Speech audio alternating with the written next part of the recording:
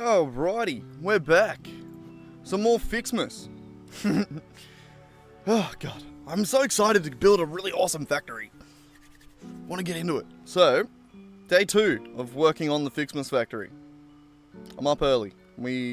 Okay, I'm not up that early. It's now almost 11 o'clock. I was a little bit slow getting it booted up, getting the stream started, but oh well. We're ready to rock. We should be able to get a few hours work in, and then I gotta go to my dad's birthday barbecue. The old fucker's turned 50. God. 1 foot in the grave now, eh?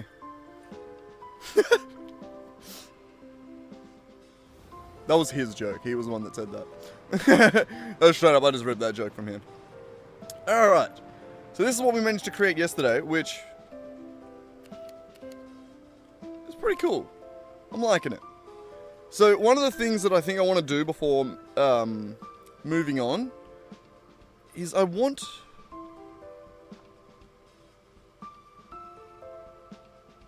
no, fuck it. Alright, so what we were doing is getting these. So we've got all of these inner ring. The refinery's TBD. But we've got this inner ring here. Jesus Christ, except for right there where they're not connected. I'm very good at this game.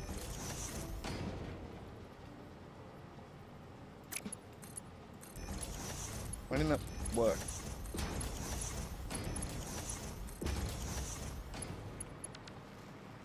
Sweet.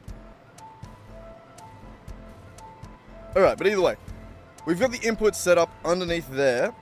And we have the iron that needs to be plugged into them.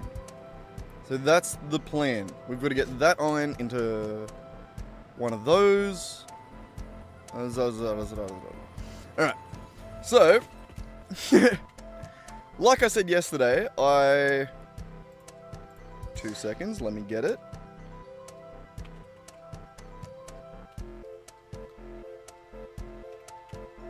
When we need to move an item from point A to point B in this world, or around this factory,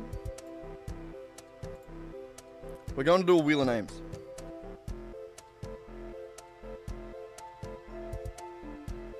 And we've already got it set up. So, train, belt, truck, drone, tractor, explorer. Is there anything else that we're missing?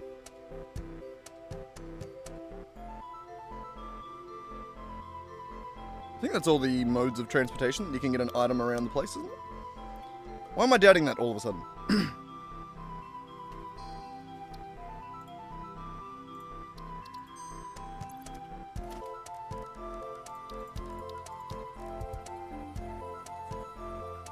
Yeah. Alright, yeah. Alright, so... how are we going to get this iron up to there? Let's find out.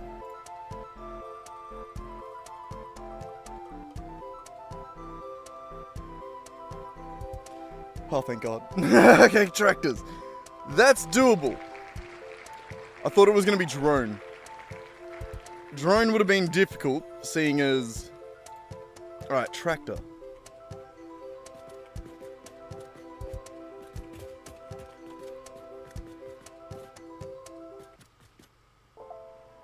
Alright, so we need a road from each of these.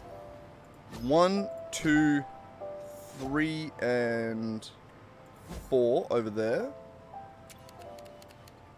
So we need a road from each of those up to... I was going to say each of these, but not quite.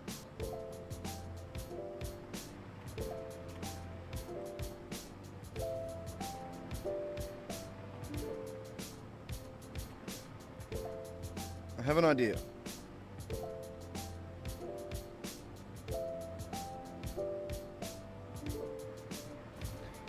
It's complicated and overkill, but I think I'm going to do it. And it begins with getting rid of this elevator. Fine. And then we're just going to run power up the side over there. Maybe. Actually, no, fuck it. We'll be fine. We'll be fine. So, I want to go high enough up here that we can fit a truck station or the... Yeah. Fit one of these up as high as possible, but underneath that floor. And then we're going to make a big ass circle around that. So... Falling out of the sky already. So I think that's the height.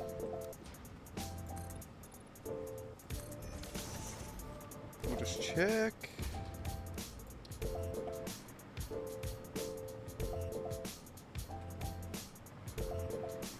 Jesus. Oh, autosave.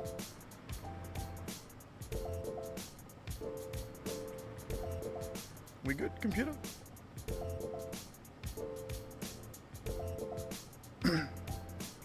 OBS get a little mad at me there for a second. Did I finish my coffee? I did! Lovely! Alright, so yep, I reckon that's the height. Which means... we need to make a circle. A circle. Yeah, you just stay there. I'm gonna make a big ass circle all the way around.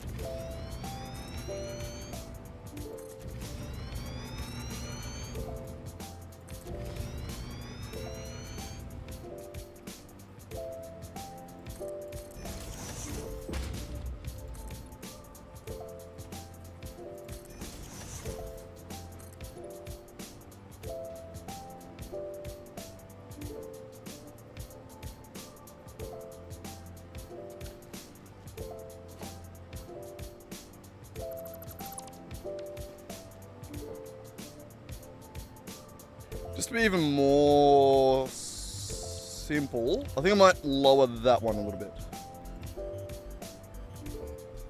So I might go like this.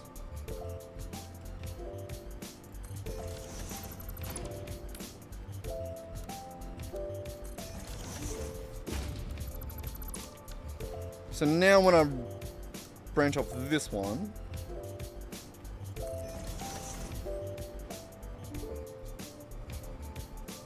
they tuck under the edge nicely. Which I think is worth doing. We just gotta remember to alternate the lowering of the thing.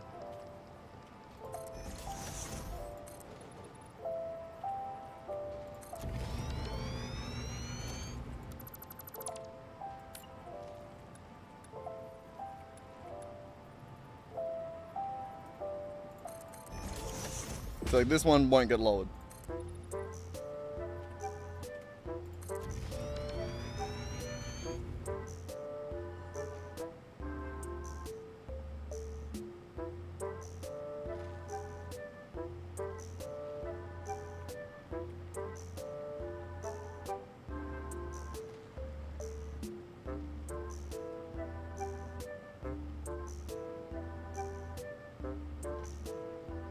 I'm going to run it. I'm going to keep it for now because it's out there that I'm going to be worried about. So,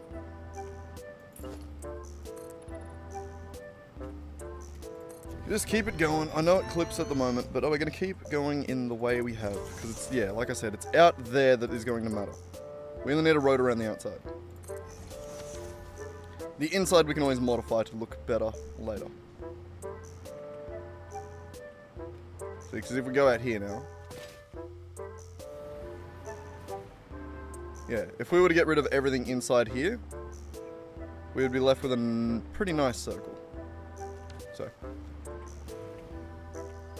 keep going. The next one's going to be lowered.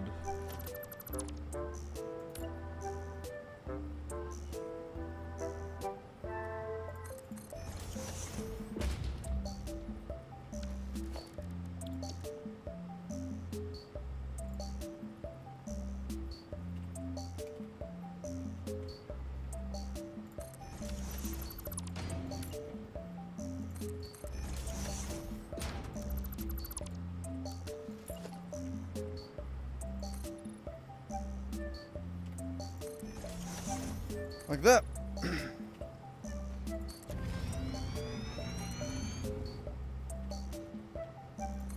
Why am I wearing my shoes? take those flockers off. I don't need those. Jeez. It's not comfy to be sitting at home in. Oh, already done that one.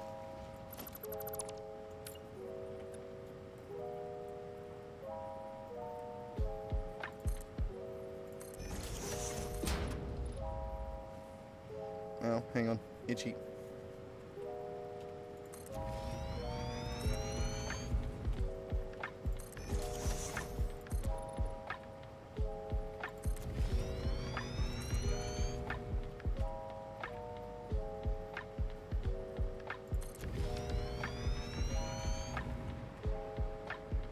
Oh, autosave.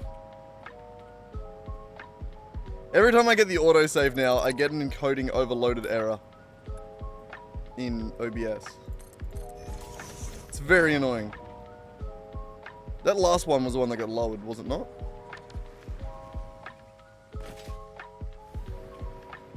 No, it wasn't. I gotta lower this one.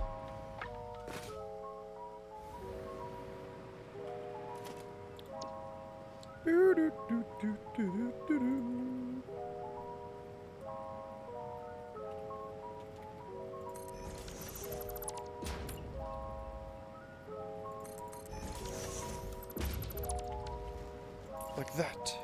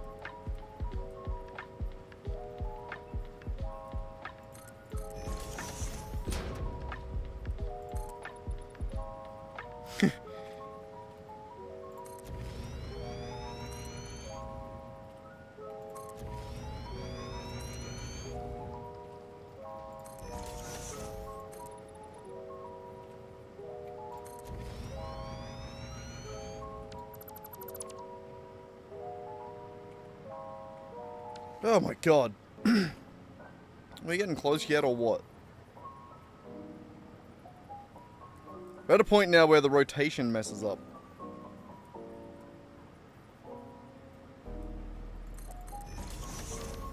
Which is quite annoying.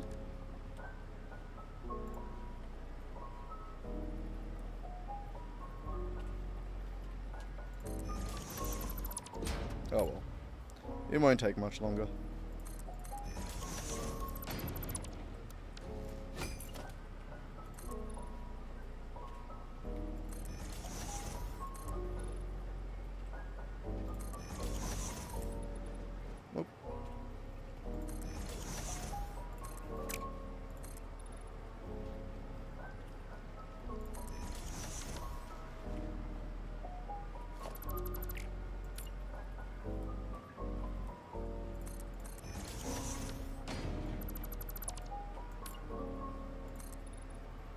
Oh shit, no. I need the height to be correct.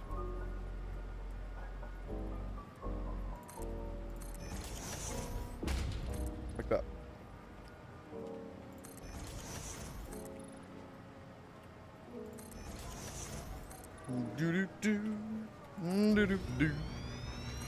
Oh, the tedious ass circles. I should create a blueprint that sort of like goes to... it wouldn't really work, would it? It's alright. All this inner section is going to be deleted anyway. That part wasn't lowered, was it? No, it wasn't. The next part needs to be lowered.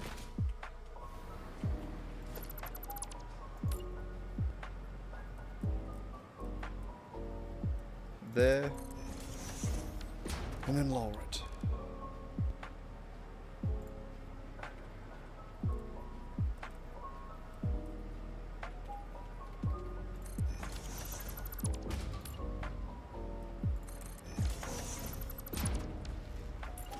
Like that.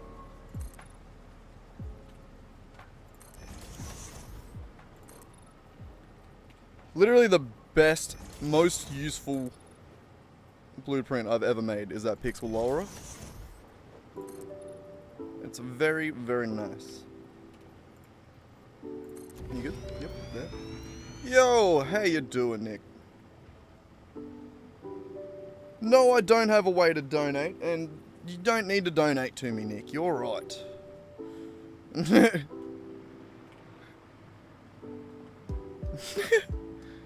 We'll just don't need to donate until I bloody get YouTube, and then you just get YouTube payments, and then you just watch YouTube videos, and then that'll be enough.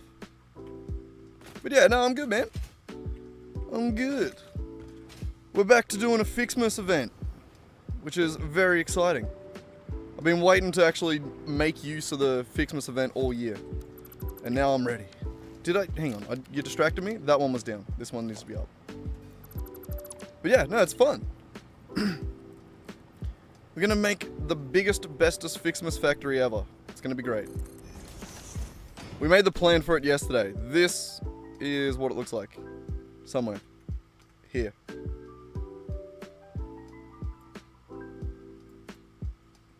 We're going to be making 200 stars per minute, which is actually pretty crazy.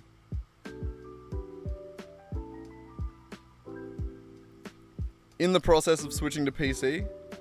I know, PCs are so fucking expensive. But yeah, look at that, like 450 smelters.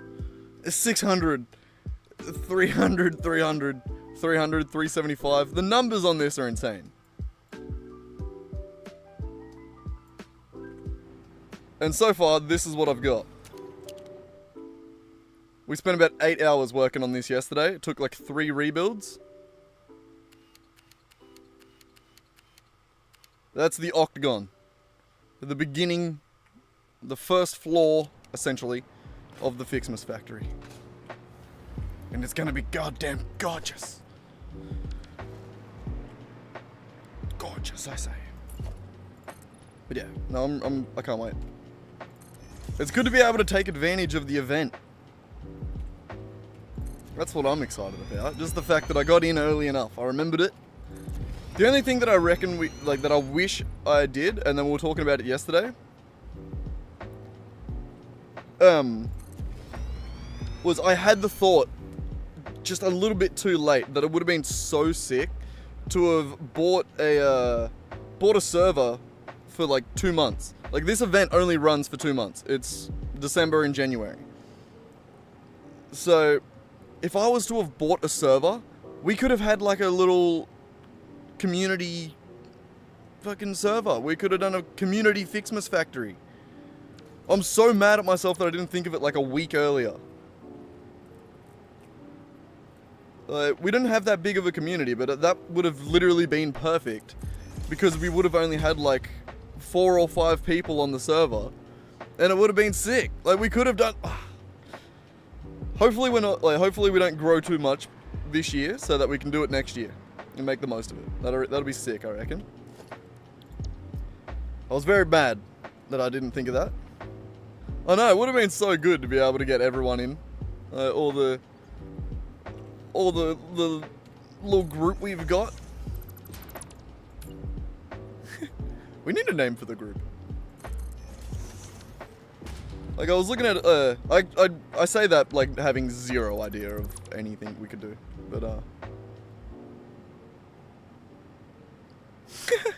maybe not number 1, Jesus.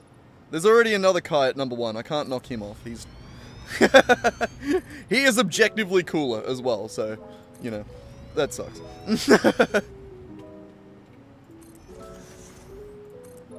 We'll just, you know, hope some people misspell his name and accidentally find me.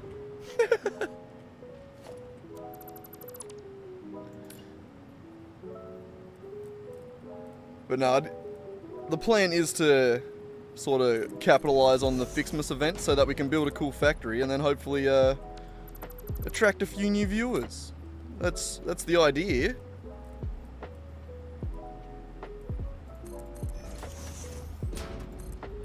I just I keep building it on the exact same spot.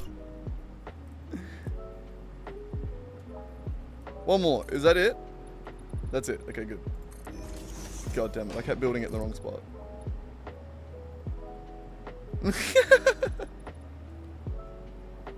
Supreme camper. Wait. Heights. No, we good. Never mind. Oh, man. Circles are so tedious, and there's really no way to do them quicker. Okay, maybe there's probably some way to do them quicker, but I can't think of it.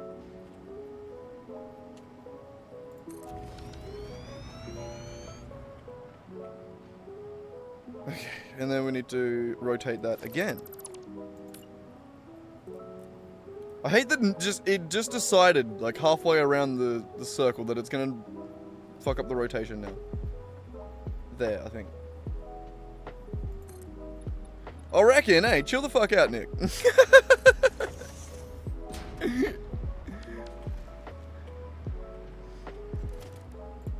I don't know, what's got you so hyped today? You got the Christmas spirit in you or something, eh? Oh, fucking hell, speaking of Christmas, I better get ready to watch Die Hard. It's literally the most Christmassy thing I can think of to do.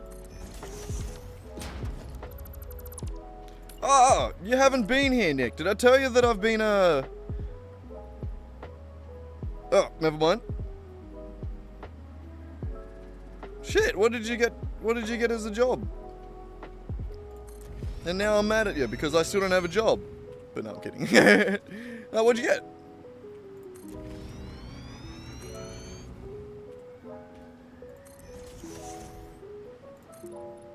Oh. Auto mechanic technician, nice.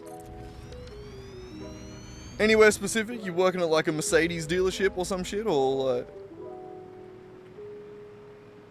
You're in school for that, weren't you?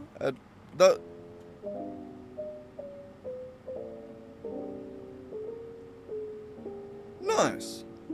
Yeah, I was gonna say, I thought that's what you were. Yeah.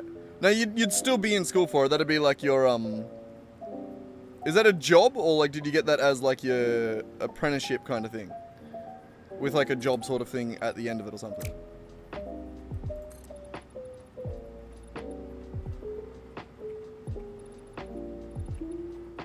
Oh, shit.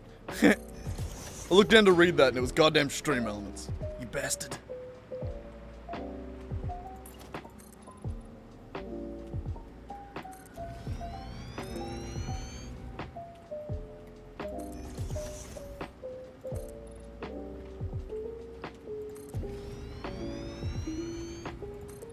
Oh, my God.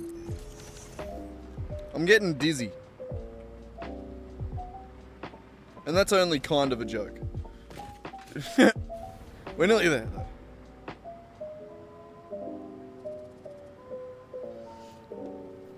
Yeah, nice. Yeah. Yeah, no, that's sick, man. That's awesome. It's good when you actually have, like... what's the word? Like, fucking... Like... school that actually goes into a job. Like, that is so fucking good to be able to, like, actually have in any industry. It's so common where, like, the school just goes, alright, you spend thousands of dollars learning this thing, and then it's just, you're done, and then they're just like, well, fucking good luck. See ya. Yeah, no, that's really good, man. That is, yeah, that makes it a lot fucking easier to just move forward in life when you have a next step that's set up for you like that. Which, like, it makes so much sense. Like, it is, in any industry ever, it makes so much sense for the people that are learning that thing to be set up in the industry when they graduate. You know what I mean? Like, it's weirder that it doesn't, that most industries don't do that. When you think about it, it is just weird that most industries don't fucking do that.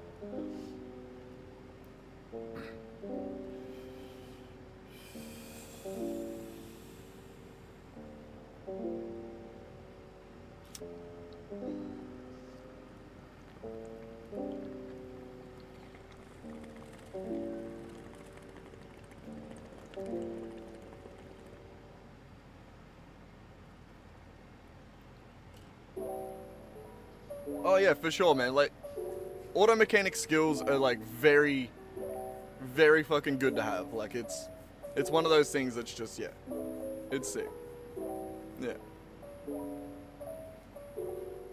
Well, that's. Oh, I was gonna say it's pretty much what my dad does, but not really. My dad does panel beating and shit like that. It's more body work. Panel beating, paintless dent removal, spray painting, body work, all that good shit. Anyway, 2 seconds. I'm gonna fill up my drink, and I can rotate the cam and go like this. Boop. And I'm gonna get a drink.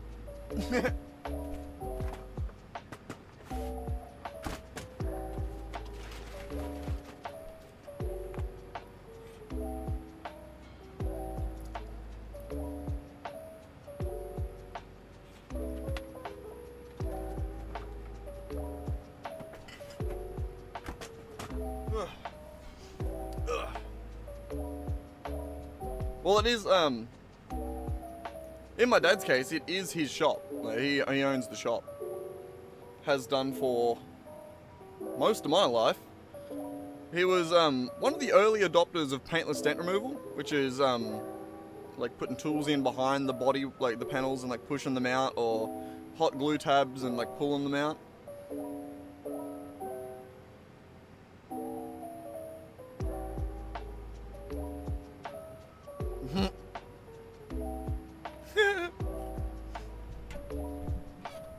Oh, before that, my pop was a spray painter. He was the spray painter in our area, pretty much. He was very, very well known, which kind of sucks for me, because it means that as soon as someone learns my name, they're like, "Oh, I know your pop." But yeah, pretty much. He's been in the automotive industry in some regard. Though that's why when I go there, I do the kitchen section of it, because no one else wants to do kitchens.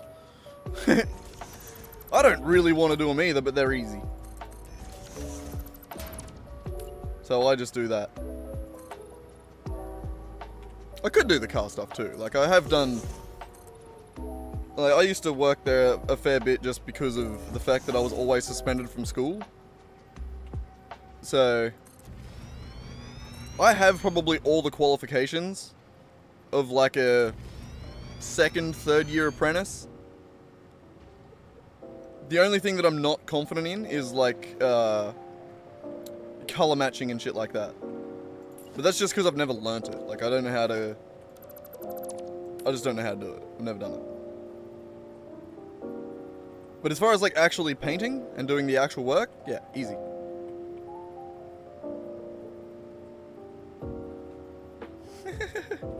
I'm glad you like it, man. It's good. Good to be able to enjoy your job. That's why I'm struggling to find a job, because I'm looking at every goddamn job listing going, oh, that looks like a fucking nightmare.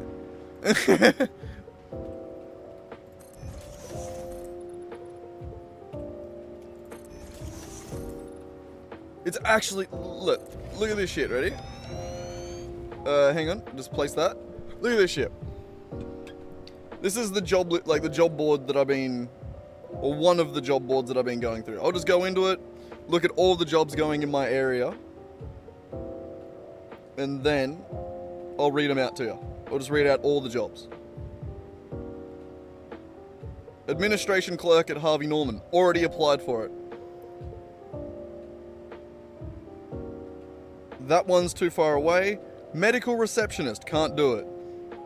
Customer service officer, that one I might be able to do at Newcastle Permanent. That's a insurance agency, probably not. Probably not. That one's too far away. Early childhood teacher. Fuck that, I'm not working at a servo. McDonald's, fuck no. Company administrator? What are you looking for, a manager? No, I can't do that. Pharmacy assistant? I could probably do that. Salesperson, already applied for it. Pathology assistant, so like nurse, can't do that. Fucking another nurse, can't do that. Advisor? I see, I don't know what you're looking for in that one. Nurse. Too far away, that's in fucking Tweed. Jesus Christ, that's like 3 hours away. Too far away. Early childhood learning. Early childhood learning. Nurse. Cleaner. God damn, like they're all just so fucking... I'm not qualified for any of them. Today's actually a little bit better than yesterday. I scrolled through yesterday while like trying to apply for a job in like at lunchtime, and every single one was nurse, nurse, nurse, nurse. And I'm like, God damn it!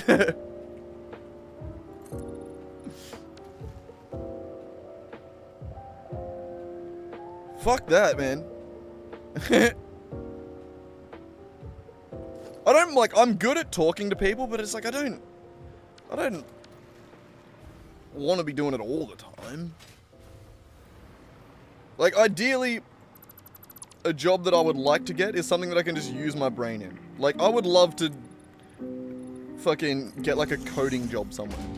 Like, that would be sick. I'd love to just be a fucking, just for a little bit, at least just be like a brainless coder at a fucking, at some company that I don't give a fuck about, you know? Like, where I'm just like, I'm clocking in, I'll code the things that they need, and then I'm just going home.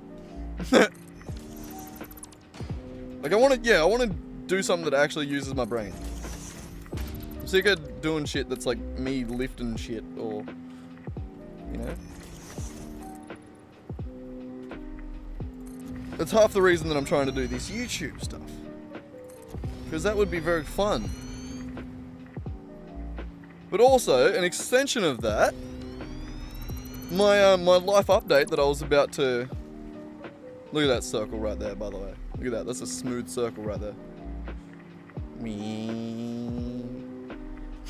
Anyway, my little life update is, I've been DMing. I've been dungeon mastering our little D&D game that we play on the weekends. Well, I did it one time, but it was really fun. For the first time ever, I was the one running the game, and it was interesting. We started a new campaign, a session 0. Hang on, I'll show you what it looks like. I'll show you, because I can show you. Ready? Minimize, minimize. Open, open. I always get a little bit worried when I open 2 projects at the same time. And then open OBS so I can read your thing. Your fucking points count. But yes, this is our new campaign that I'm planning for everyone. Ignore the fact that there is a character named Frosty Nipples, who has a house and a tree house. But no, I need to continue working on this one, session 1. That's the next one, and I need to hook that up to this one right here, which is going to be the first challenge. So it's basically like a Pokemon League style challenge, where you got the 1, 2, 3, 4, 5, 6, 7, 8 challenges. That'll be like the Pokemon badges, essentially, and then there's going to be the final one, which should be good fun. But the bit that I was going to show you is the bit that I ran through.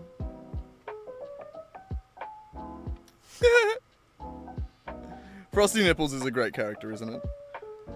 That was me just trying to think of a name for anyone, and that was what I come up with. But session 0, where is it? You, right there. This is what I more or less had planned out for them, and this is what we ran through. So, I had to send them on a practice hunt. After arriving in Diamond City for the upcoming Monster League, the party is randomly approached and herded by a strange man who takes them off to his house for freshly baked cookies. The party begins in the middle of a conversation with a man named Frosty Nipples, who soft kidnapped the group.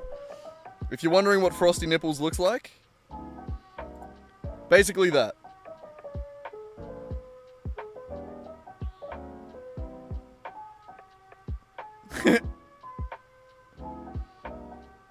And then he sends them, he tells them a story about how he's been out in his treehouse recently, and hang on, I'll just go through. Alright, so yeah, you begin in the lounge room of a cozy little wooden house. The walls are decorated with festive ornaments, colourful little wear lights that float around the room, casting all sorts of pretty patterns and colours all over everything in the house.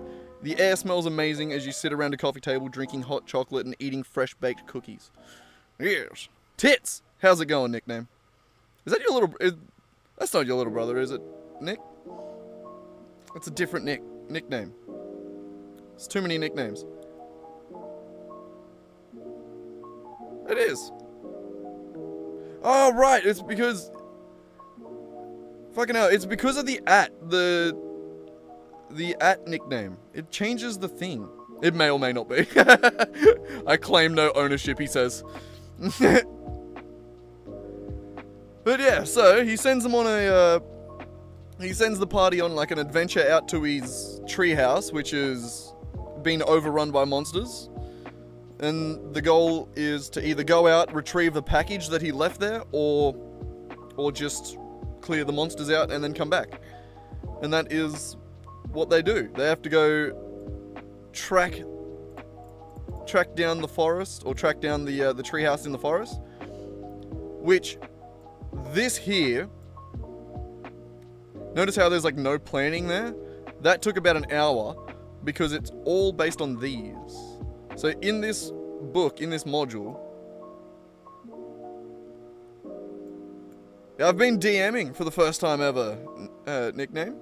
I don't actually know your real name, so it's great that I gotta call you Nick and nickname. It's a little confusing.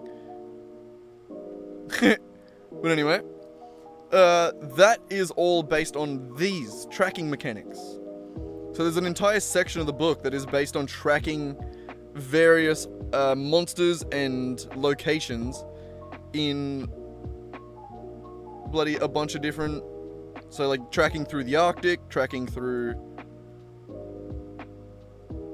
the coast. What else? But yeah, so the forest. That was basically what I had to do for everyone.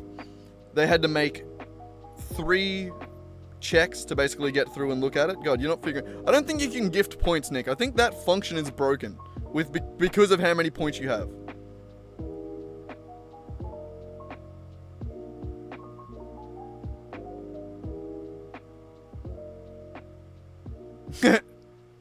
But yeah, no, because of these random encounters, they ran into the trapped dragon, which was a trapped dragon named Sibyllus that was immediately called Syphilis. And then the only person in the party that wasn't that wasn't a dick to him was a guy that could speak, was Hiskins, the one that could speak the lizard folk, the one that could speak Draconic, which was just, oh, it was beautiful. But yeah, no, they essentially tried to free the dragon. They succeeded, and then they were meant to be given a reward, but because everyone was a dick, the dragon just flew away. I did a little bit better at explaining this, but the other day. But yeah, so they made it to the thing. Jesus Christ, I'm still wiping sleep out of my eyes. They made it to the treehouse. They explored around a little bit. They discovered that the treehouse itself was straight up just like a Breaking Bad fucking drug lab where Frosty Nipples had been cooking his crack. Frosty Nipples treehouse, hidden in the middle of a forest outside Diamond City and the home of Frosty Nipples drug lab. Oh, that one might have worked, Nick, somehow. Maybe. Nope, didn't.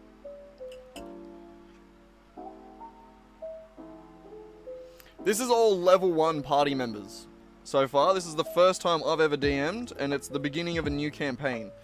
This was all just like an extra little thing that I wrote for, mainly just for practice. Because we're right at the end of our other campaign, our main Steinhardt campaign, which...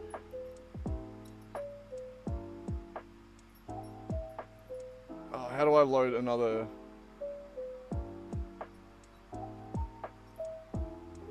Oh, down the bottom there.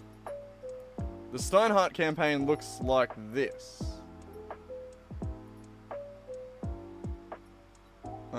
Open folder is Vault.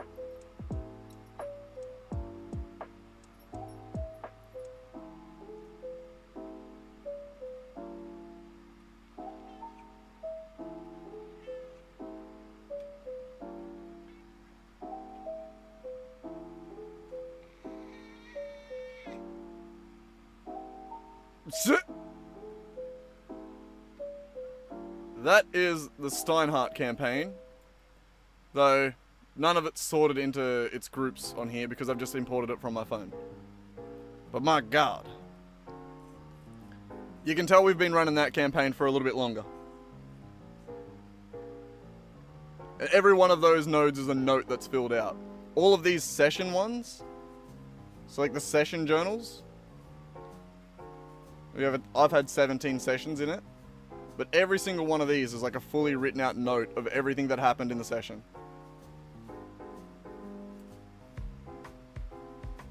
Can you tell that I'm the note taker on the team? Have you figured that part out yet?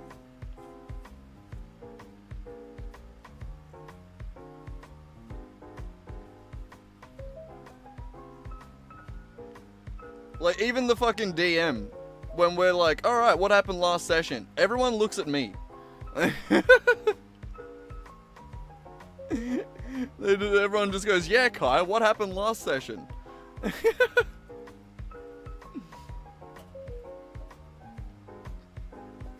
Good fun, though.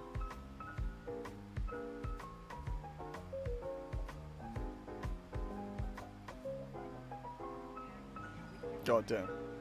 Frosty Nipples goes so hard. I know, I'm very proud of that name. Thank you, Nick. I was quite proud of that.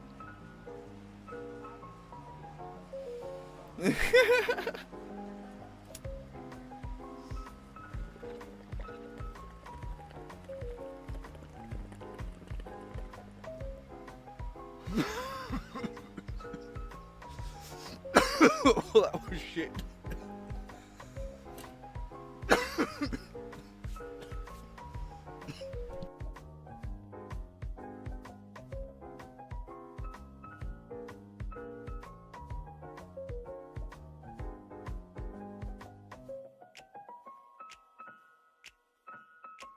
That was the worst. Fuck.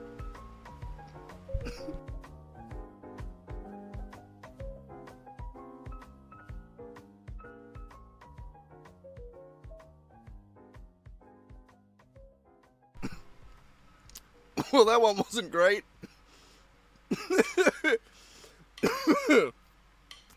Don't mind me. Holy fuck, I'm sweating now. God damn. Sweat. Let me get a drink of water. Jesus Christ.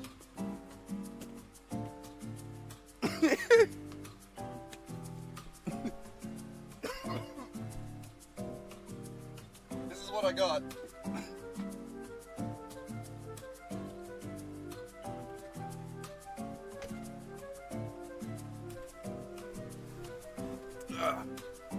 You gotta love the caravan living.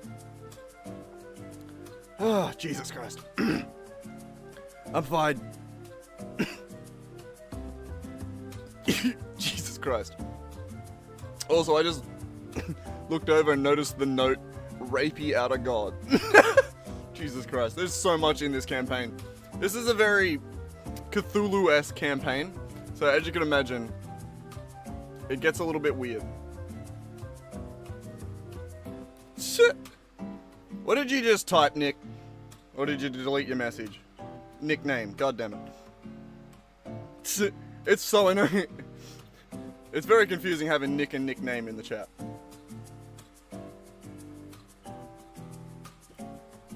Oh no, I don't actually care, man. Don't stress. I just like joking that when there's the... Because I see the message redacted or whatever.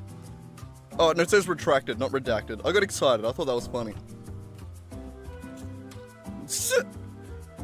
Nick putting himself in timeout. I'm pretty sure as mod, you probably could time yourself out. But anyway, let's get rid of all of this for now. We'll come back to it. Hang on, one thing real quick about this cool ass thing.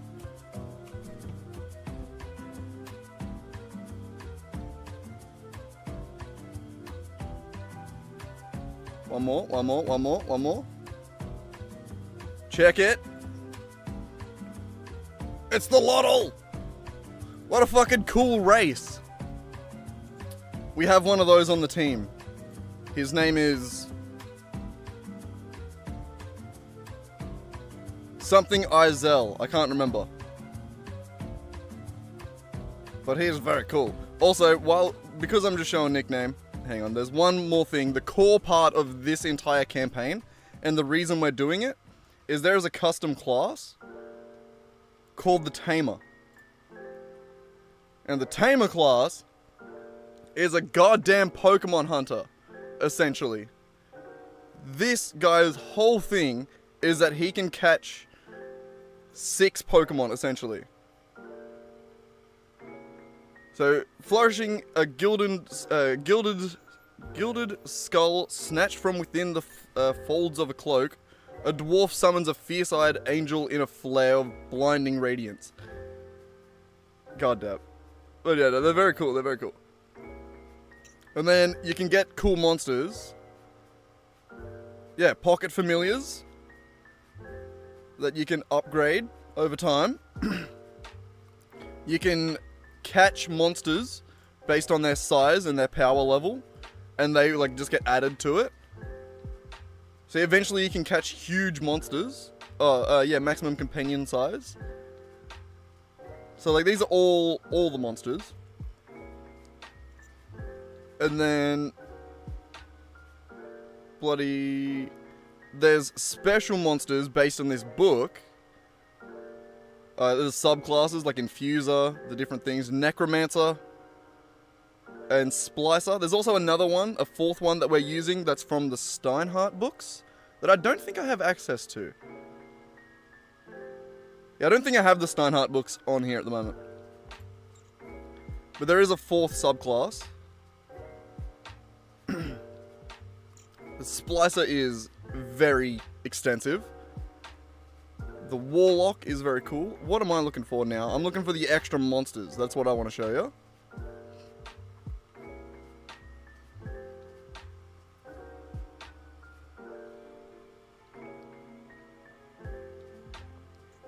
Familiars. So you can, in this book, it is basically like it's the guide to monster hunting, right? So there are a bunch of like pre-made hunts that you can go on and take that you can run as a DM. The monster at the end of the hunt has an essence that you can harvest from them. Also, there's all new harvesting rules and crafting rules and shit like that that actually make crafting and harvesting in D&D really fun. Which, we're running all those rules as well. I'm still fucking recovering. But each of those monsters that you can kill at the end of the dungeons, you can craft a special monster with them. So you got the Dragonling, the little mini gelatinous cube, a stabby little mushroom. The essence can help craft all kinds of things. So some of them can be used to craft monsters. I think they can be taken to a guy that can craft monsters with them.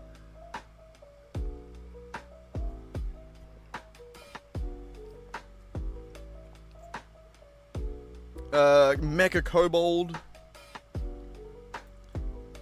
Minimimic, a little peeper, just like a mini beholder. That's the party's favorite. We haven't got one yet, but the Rakitten. and the Sun Snacker. I want one of those. He is cool.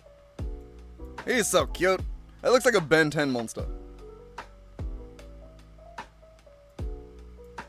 And then the Tarling. Which... Creature component Tarask. Eee. I'm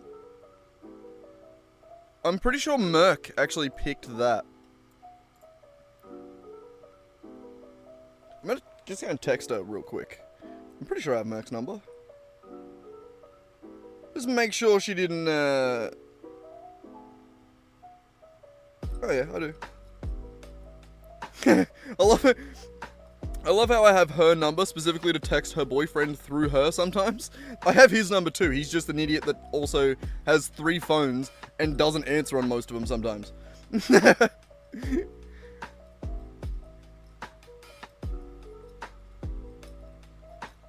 What familiar did you end up picking again? Question mark?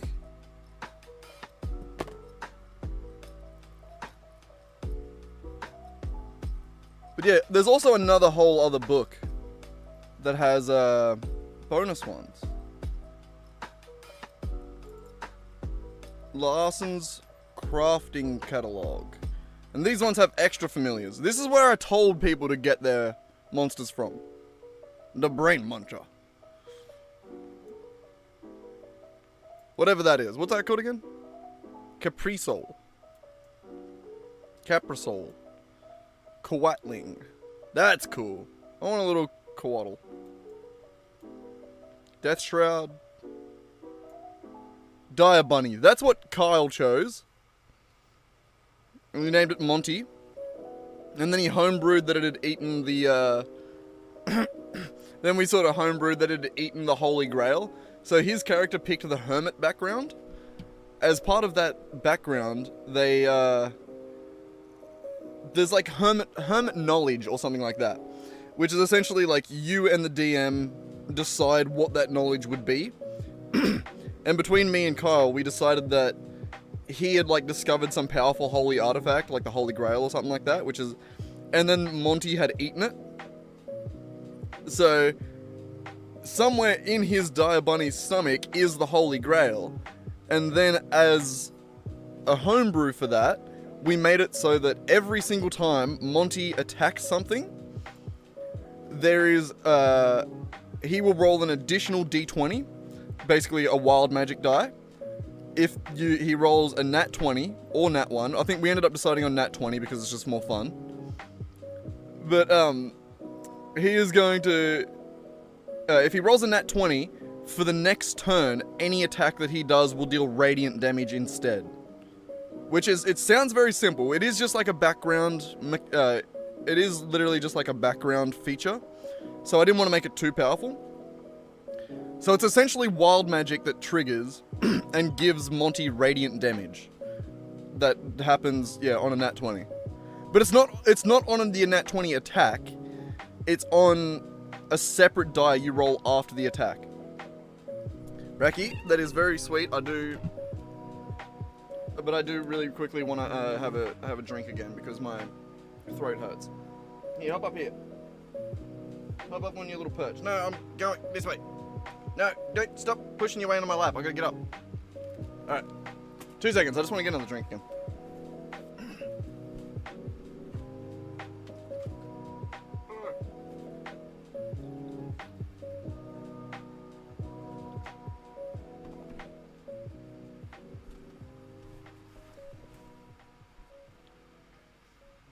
Man, I just burnt the shit out of my throat with that last one. That wasn't nice at all. Keyboard. Alrighty. Anyway, that's enough D&D. Let's head back to Satisfactory. As much as I love D&D, and it is very exciting to continue talking about it and planning it all out. Up. There we go. We can switch back to that. Oh, never mind. The cat's coming now. What are you doing, buddy? You gonna hop up beside me like you were doing the other day? It was pretty sweet. I liked it. There you go.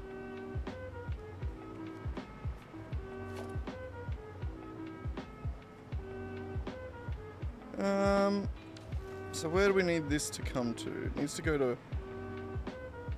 Shit, all the way out there.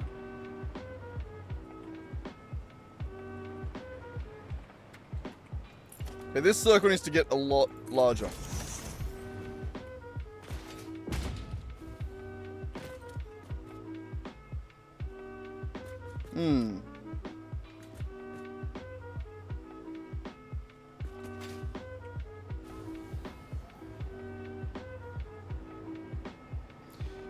Okay.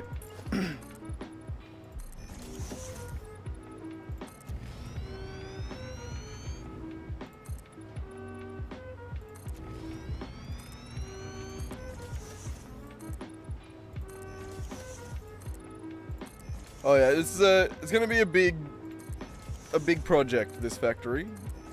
It's we have 2 months to do it, essentially. We have till the end of January. So I bit off as much as I could possibly could. Will we be able to chew it? No idea.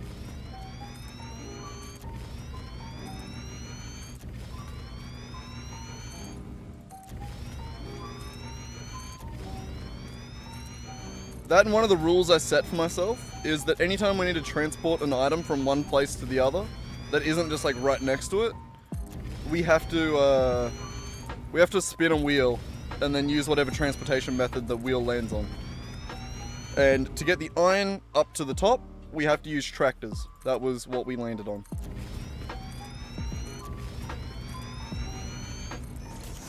And it's good fun. Gotta make it a bit interesting, you know? You gotta give yourself a bit of a challenge.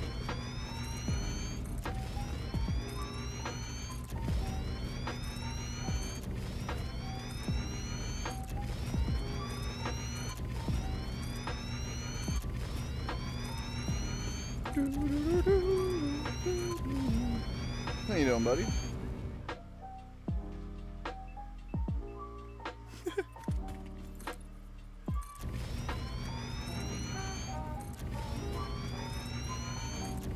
He looks very statuesque when he sits up like that, doesn't he?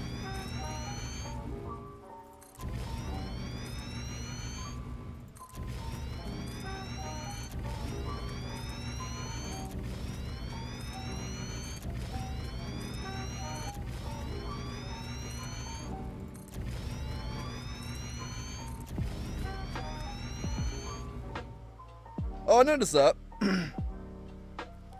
I did notice that. I didn't check it though. I just noticed that there was 2 notifications from Discord when I got up to walk over to get a drink before.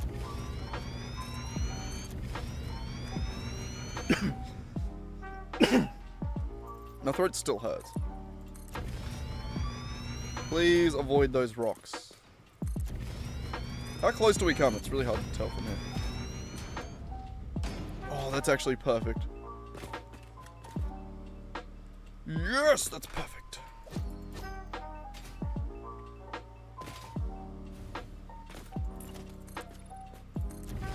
This is giving me flashbacks when we originally built the base.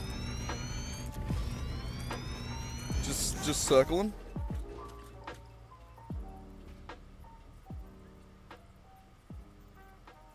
Well, I can't remove integer limits completely. But for whatever reason, the number you can gift, that, I don't know if that's my, like, I don't know how to fix that because it's not my code. And I tried to fix it and it wasn't successful. So I'm not sure. Not sure what to do with that one. God damn.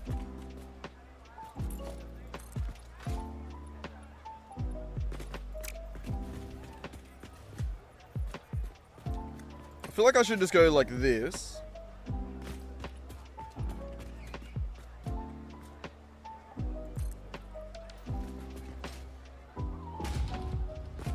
Well, I already switched a lot of them to a long, but that doesn't mean that it solves the issue. Like, I solved it for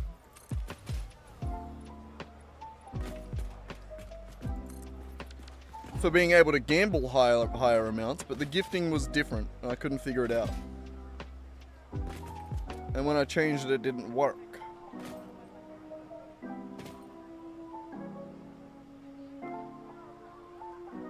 A long is a big integer. It's just an int 64. It's the same thing.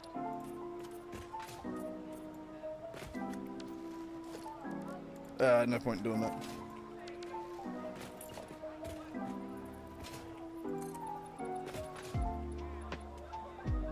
It's just the difference between how the computer sees it. Like an int 64 is the same as a long, which is the same as a big int.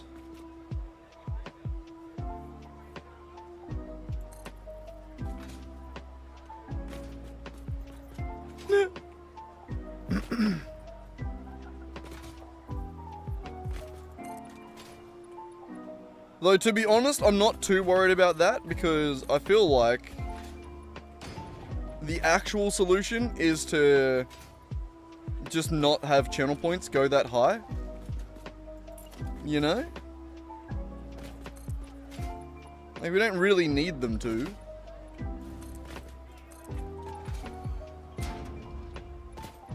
And the only reason they do currently is because the coin flip got out of hand.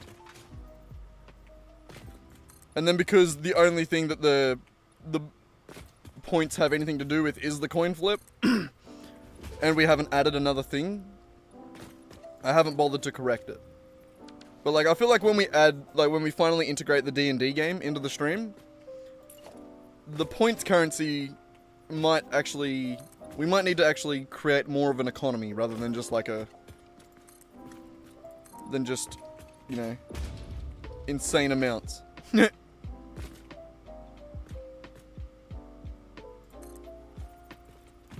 Yeah. You know, I think for the most part that it was just sort of, it was good fun with the coin flip, but you know. We'll just make like a funny little short about it, and then we'll reset it one day. I do want to make like a little short about how I made a mistake by letting chat flip a coin, you know, kind of shit. Type shit, you know? Is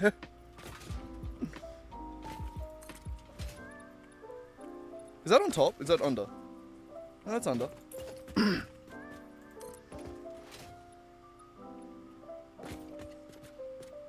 I keep my points if I don't use them on people?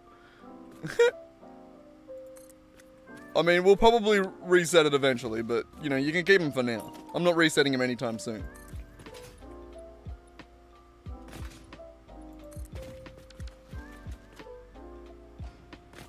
If anything, we'll do a big double down all right at the end. Like if I'm about to reset it, we'll wait and do one last double down all on your insane amount of points. And then if that fails, then we'll reset everyone's points. Or maybe we'll just keep double downing until it does fail. No, you can't keep them, Nick. Not forever. You can keep them for now. But eventually we will have to probably reset them. Oh, shit. I didn't fall. Nailed it.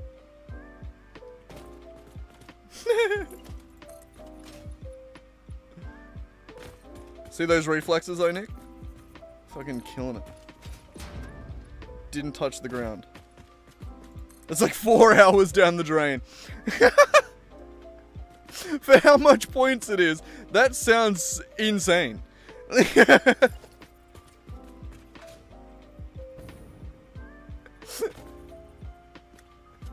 Oh, that's so fucking funny.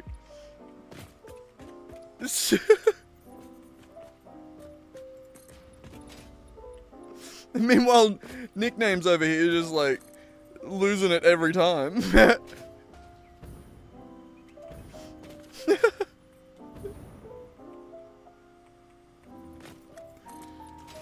Yeah, goddamn. And I'm so keen to keep working on the D&D thing. It's looking pretty good. It's actually really starting to look good there. I don't know if Nickname's even seen that. Have you? I'm making it so you in chat have a D&D character. Anyone that comes into chat automatically gets a D&D character. And then they can fight each other. And then you can choose your class and then beat each other up. And it's going to be beautiful.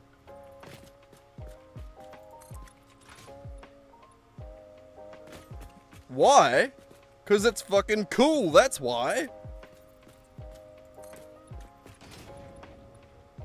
Like, I'm coding it. It's in the same way that you're, in the same way that... Oh, no, yeah, you mean the thing. Never mind. I'll let you off with that one then.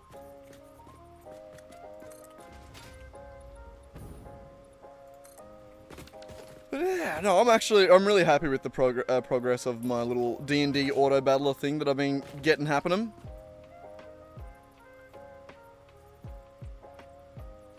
Yeah, no, I gotcha. Kept fucking losing the gamba. That's another thing we need to get in the stream eventually, is like the ability to like just bet on dumb shit that I'm doing. But like, because of things like that, that's when I'll have to, like when we add things like that, that's when I'll have to create more of an actual economy of points rather than just the insane multiplier that we can do by coin flipping a few times.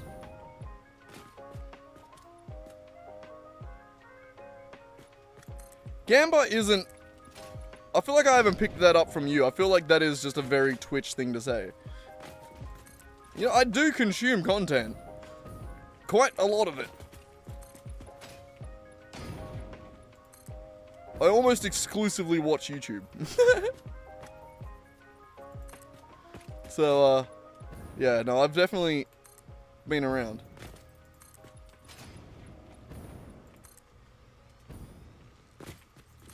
Na na na na na dun, dun, dun, na, na. What song was that? If you wanna get high, cocaine. I can't remember the next line after that. If you wanna get down, straight down on the ground, cocaine. Bam bam bam bam bam bam.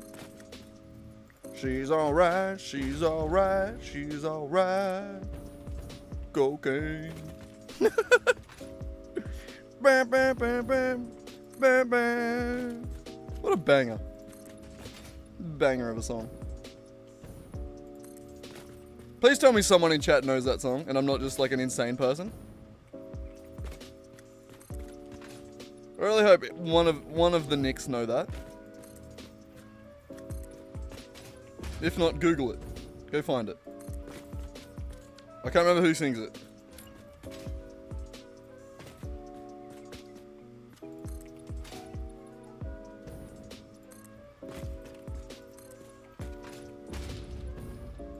Now it's stuck in my head. Are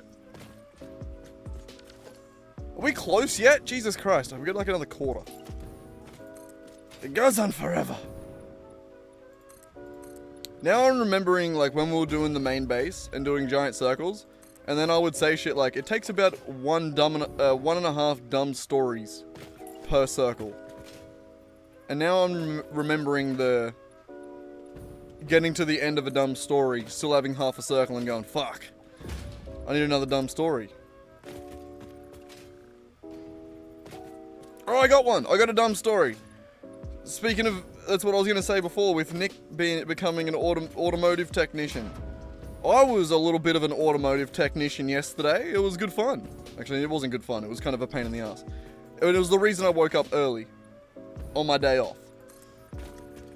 But, my mama and her many shitboxes, she has 2 cars, both of them always, you know, various things wrong with them. Yesterday the commie was bloody squirting power steering fluid just straight out the front of the car. Like the front bumper and like the little gap in it where like the fucking air goes through to the radiator and shit. There was like one of the metal lines, like the steel lines that run across the front for the power steering fluid, had just like burst a little hole and was just squirting straight out the front. But no, all I did was just try and tamp the leak a little bit, which did absolutely nothing. I almost guarantee that I put a little bit of like, I don't know, some shit that Mum had on there. It was actually pretty good tape. Like I tried to clean it off and like fucking, it wasn't like duct tape or anything like that. It was like special like pipe sealant tape. But it probably didn't work just due to the fact that power steering is under such pressure. No, it wasn't electrical tape. No, it was more like a plumber's tape that like, I don't know. It was like a high temperature plumber's tape. I don't know where the fuck she got it. It was yeah, it's different to the shit that I've seen. Any shit that I've seen before. But it's like, it's not sticky. It only sticks to itself. So you just sort of have to wrap it tightly. I don't know, it was... But either way, I wrapped her up and fucking topped it up with power steering fluid. Gave her an extra bottle and just sort of sent her on her way. I don't know, yeah, it's a weird tape. It's like, it's literally just like a rubber, like a thin rubber. And then one side of it has a plastic on it that you peel the plastic off. Like you would expect it to be sticky on that side, but it's not.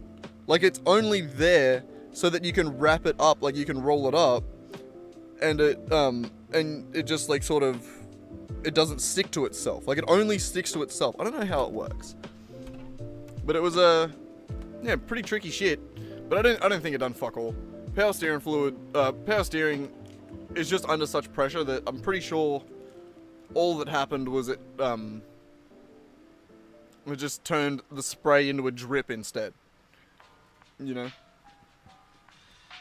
But not bad. Sent her off on her way.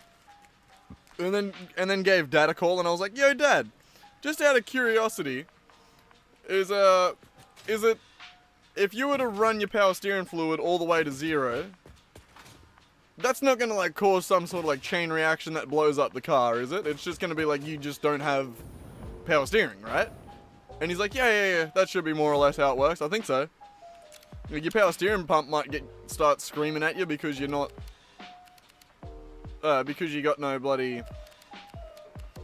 fluid in it, and it's all still trying to turn. But besides that, you should be good. And I was like, cool, sick.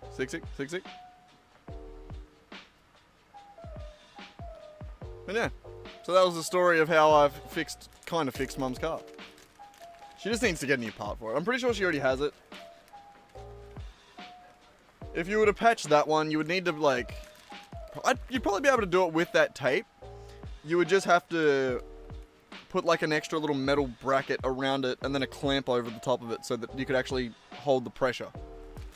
Like like the tape itself isn't good enough. Yeah. The actual fix is just the new power steering line. You are correct, Nick. That is the fix. Not a difficult one. At this point, it's been leaking for so long. I mean, you would probably just fucking do your best not to spill the rest of it as you take it all off, because like, yeah, the lines would need to be bled anyway after you put the new line back on. Same as if you like do brakes and shit like that. Like after you redo your brakes, you got to re-bleed them again.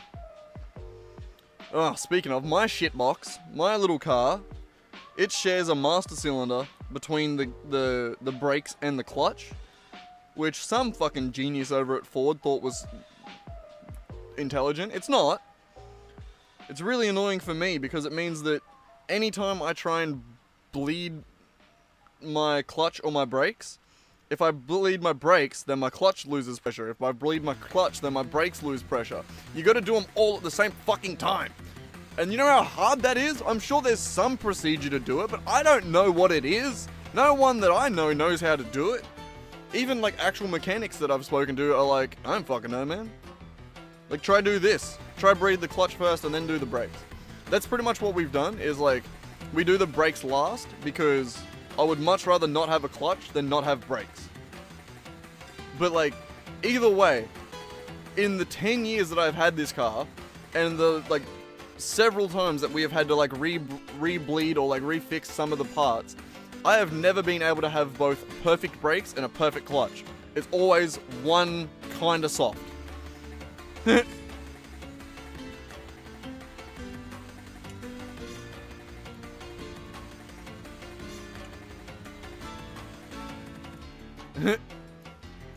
It's a great fucking car. Like, I love my car. Like, just that is the only little annoying thing that I've ever, like, that is like the main little annoyance that I've had with like mechanical work on it. It's that specific thing is just very annoying. Like, it's not that bad. Like, as long as you do the clutch last, then I don't need a clutch. I can do without that. The brakes are quite important though. It's nice to have brakes.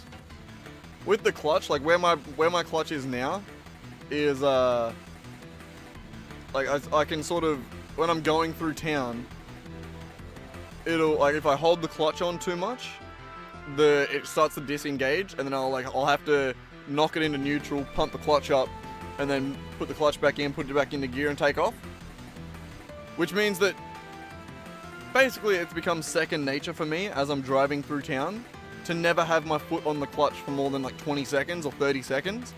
And if I do, I quickly knock it into neutral, pump it a couple of times, put my foot back on.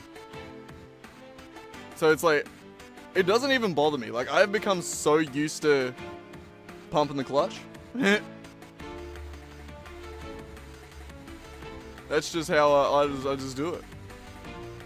My ex hated fucking driving my car because of it. But I'm so used to it, I've never known anything else. I love it. You gotta love, like, it's one of those things in like any sort of like old car. Yeah, I could do that, but then I'd have to find a, like, then you'd have to like make room for like a actual brake master cylinder, and like you'd have to do a lot to like separate the systems. Like, it wouldn't be as that easy. It would probably be more of a pain in the ass, really. But no, for me it's sort of just like one of those quirks, you know? Like, it's a 91 model car. It's just one of those things where, you know how you get in like anyone's old shitbox like that? And they're like, oh yeah, you gotta, when you're going from second to third, you gotta like do this, and you gotta like sort of, you know, play with its nuts a little bit, and then you gotta like sort of fucking, and then it'll just go in perfect every time. And then you're just like, what the fuck, dude? What? What is wrong with your car? And he's like, no, that's just how it drives. That's it. That's my car's. That's mine. You just gotta tickle its balls a little bit, and it keeps going. It keeps going. It's great. I actually do. I love my car. It's great. So many of my friends at the moment have been like, bro, you need to just fucking sell it. Get something new. Because I've been complaining that it doesn't have aircon. They're like, sell it, get a new fucking, stop driving that, get a new one. I'm like, nah, man, fuck no, this is a beauty.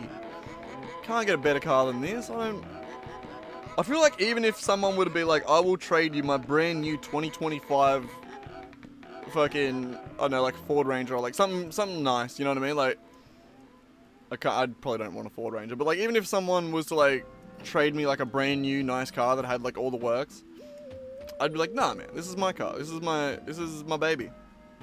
I love this little shitbox. We're gonna die together, me and this car, when I wrap it around a tree.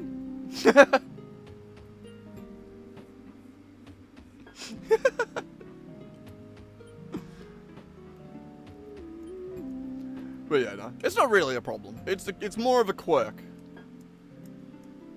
Yeah, you gotta love a little shitbox, you know? It's not a problem, it's a quirk. It's got personality. That's all. It's a unique little shitbox. It's a kink, yeah, I'm sure, yeah. Not really, but sure. Alright, 2 seconds. I'm gonna have a better one of these, and it's not gonna kill me this time. I'm not gonna die. I'm not gonna die.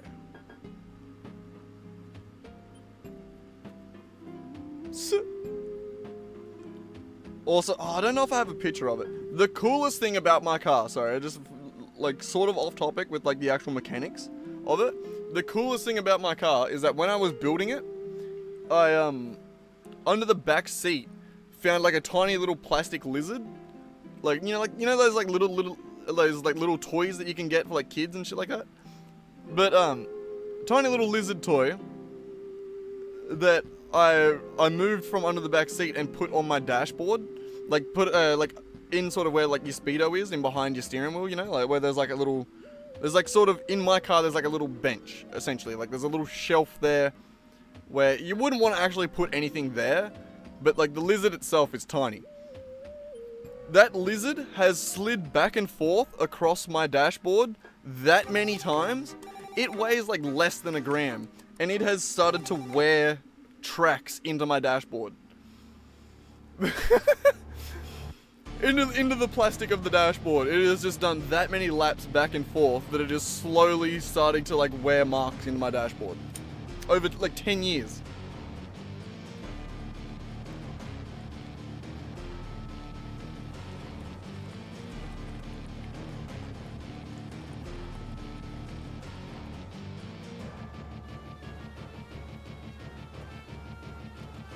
There was actually a time where I thought I lost him. He, I don't know what happened, but it had, like, fallen down under my steering wheel somehow, and was, like, sort of like where your steering wheel is, like where it connects to, like, the head unit.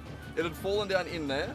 I don't even know how I found it. I was just cleaning it out. Actually, no, I think I was dropping my steering wheel down to do something, and then he, like, sort of dropped down on the ground, and I was like, Lizzie, what have you been doing? I've missed you so much. 2 seconds. I gotta run out and pee real quick. My coffee from earlier has come back to haunt me. Oh. Look at my cat. Just following my hand.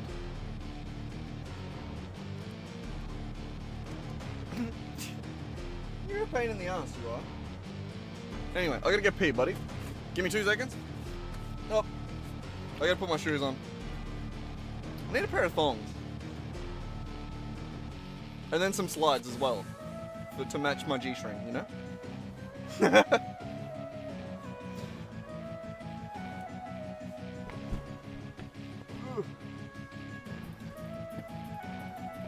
are they? Oh. I do have a pair of slides, but they're broken. They're under there.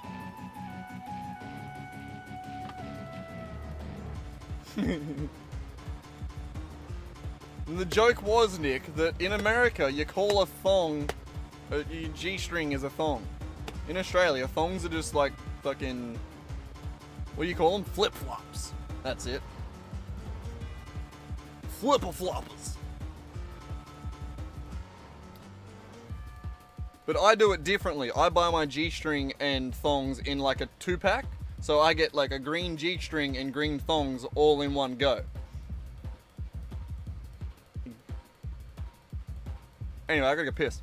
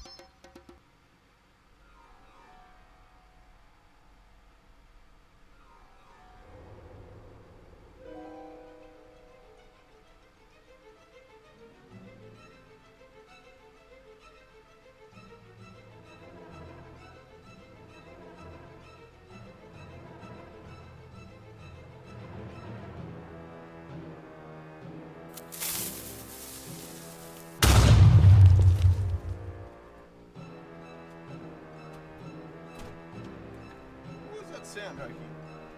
That just sound like a crash. What was that sound? Something just sounded like it crashed. Oh, it was a creeper. I heard that from outside. And I was like, what the fuck? What do you want? What do you want?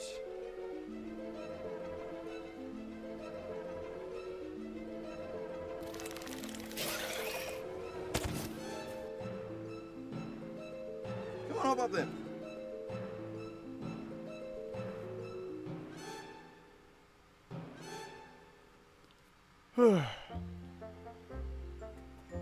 Oh, wrong button.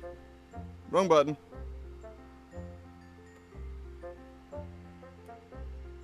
Wrong button. Come on, press it.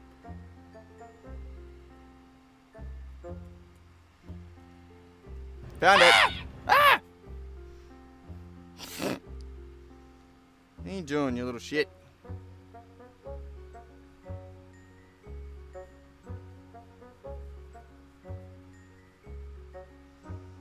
You're a pain in my ass, you know that? If you're whinging at me for dinner time, you got 4 hours to go. So you're a little early. And you need to go on a bit of a diet, you fatty. Look at that fat belly.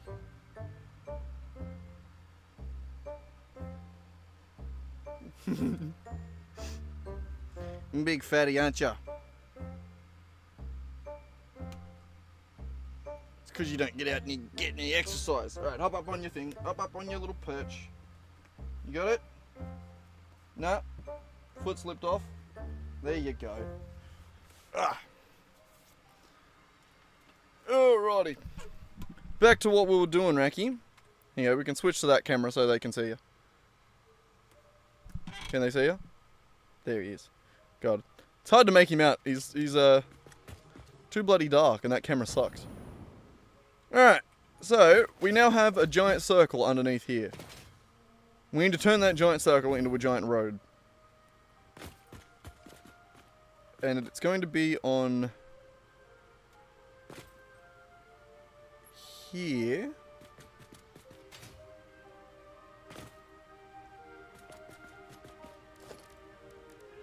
So if we were to do something like this, we do need some power under here. It's very annoying.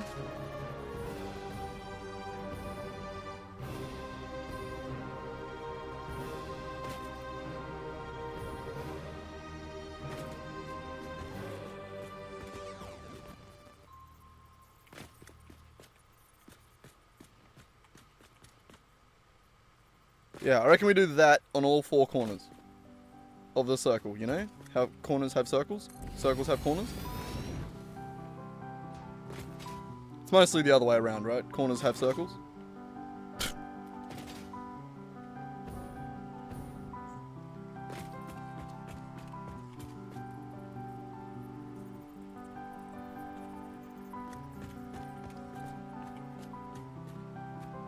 Did I do it there or did I do it sort of like a step forward? I think I did it there.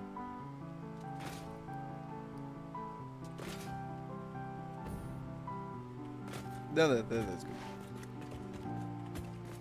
That's on the line.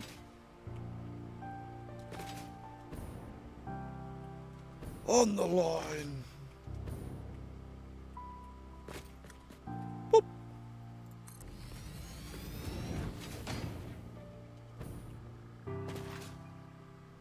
All good, man. Good luck with it. Damn, the only downside of the dream job is getting up early. Yeah, all good, man. Good luck with it. Good to see you. Well, good to catch up. Not really see, but you know what I mean. Yeah, I'll probably be off in a couple hours anyway. I'm gonna go catch up with me dad. Say happy birthday to him.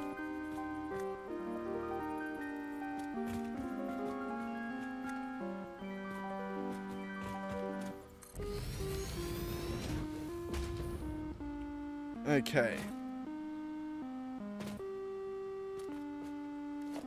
So now I'm imagining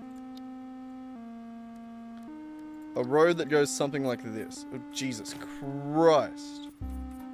The lag when I do that.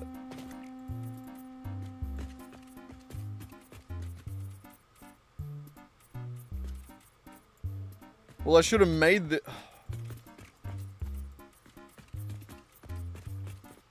I'm so sorry.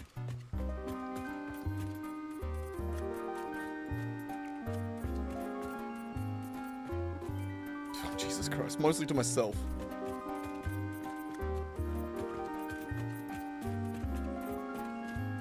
Literal nightmare.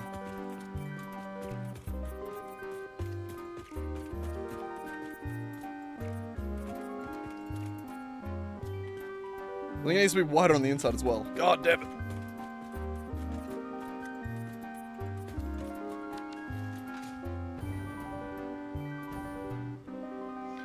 Oh, and their rotations are all fucked up.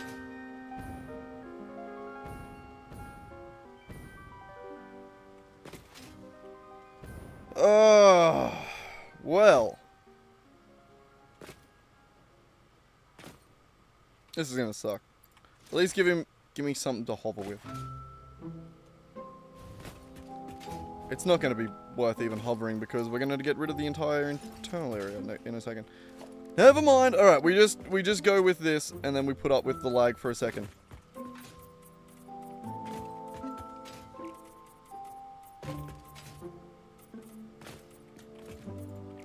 And then we're gonna have to go around and replace most of these anyway.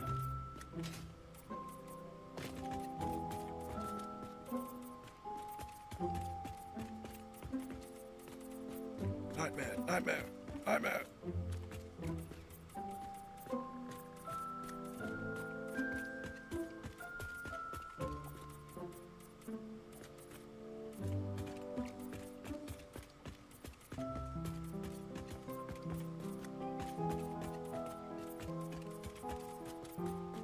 It's very disorientating for me as well, just to even place these.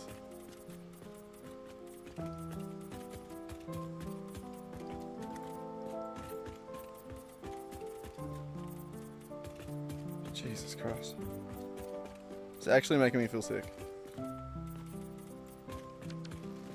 Fuck it out. I need to stop for a second. Okay, we're nearly there. Jesus Christ, that feels horrible.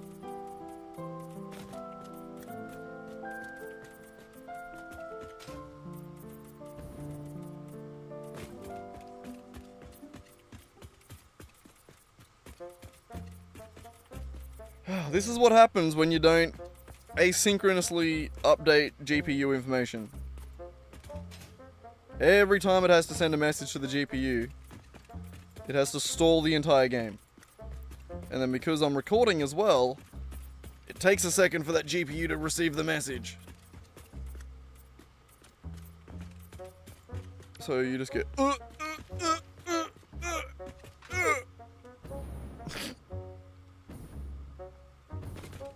basically.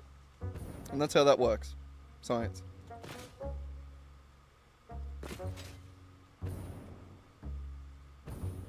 And the worst thing is, I'm pretty sure I need more room.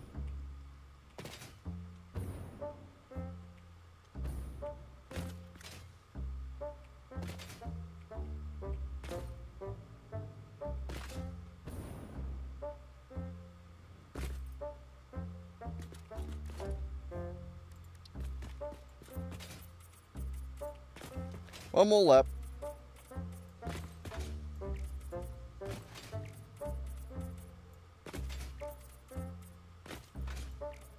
Ah.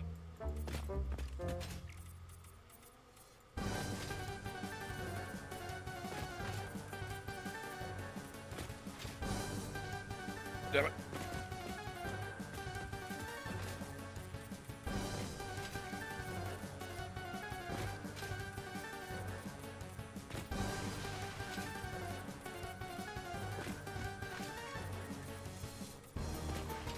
Nearly there. Nope. Okay, well I missed 2. 1, 2. And then autosave.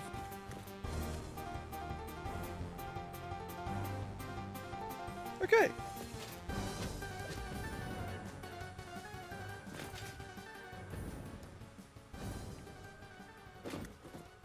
So I think we need to rotate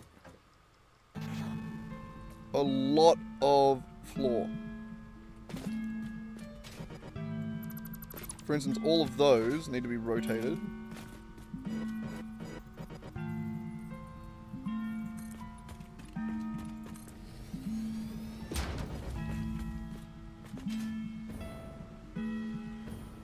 So we want all the lines going from inside to outside, essentially.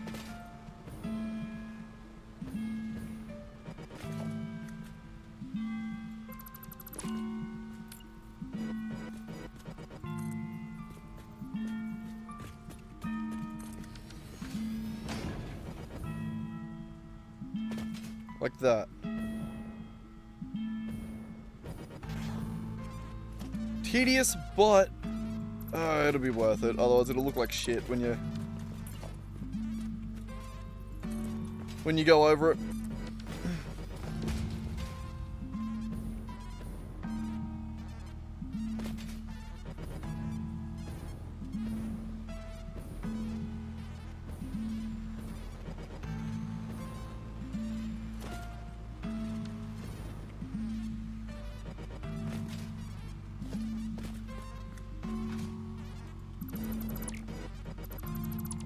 I need to be able to hover, man. This is gonna actually kill me.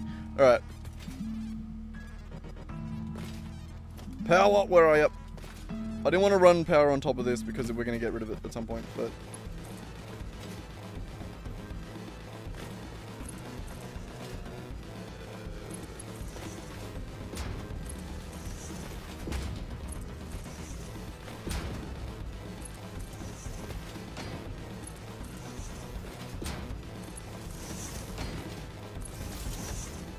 Get back here.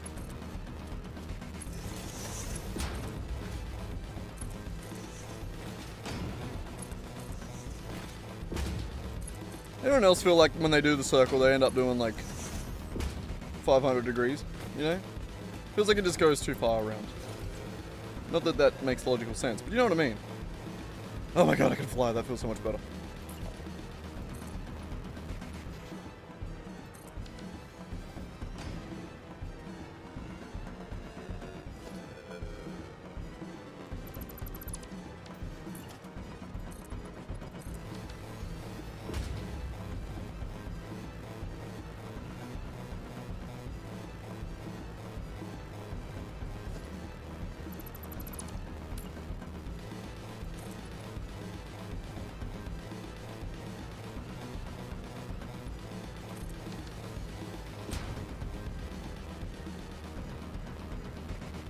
Definitely one of the most tedious parts of this project.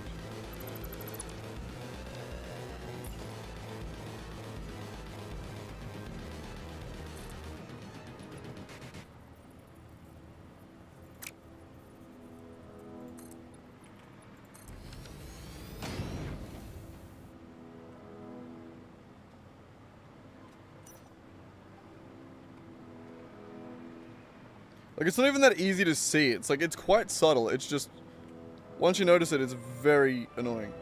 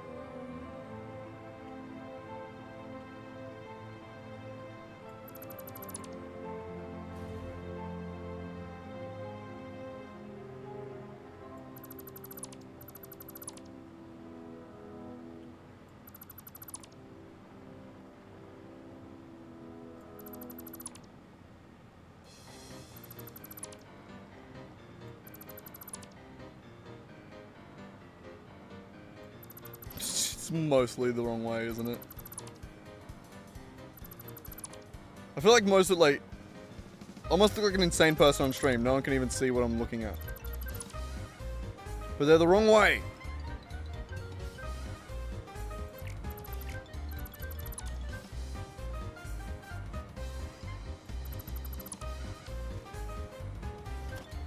Wrong. They're all wrong. You're good, you're good, you're good, you're wrong. You're good, wrong. Good, wrong. Good, wrong. Sometimes it's every second, and then no, good, good, good, wrong. Good, good, good, wrong. Good, good, good, wrong.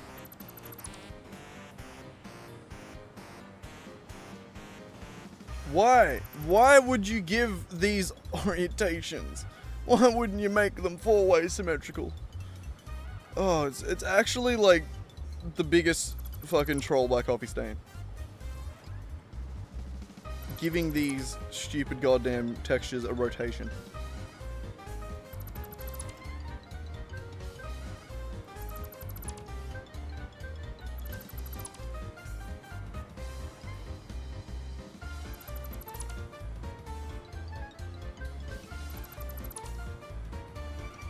We need a rotato, you know, like a little, like a Minecraft style wrench, you know, like ever played a Minecraft mod pack, yeah? Like a wrench. A debug stick.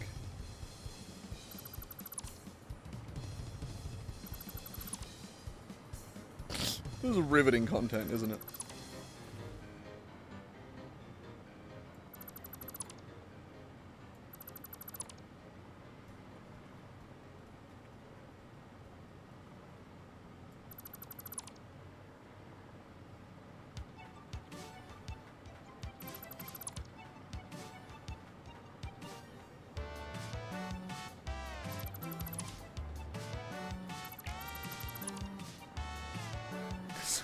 It's so hard to see. No, you.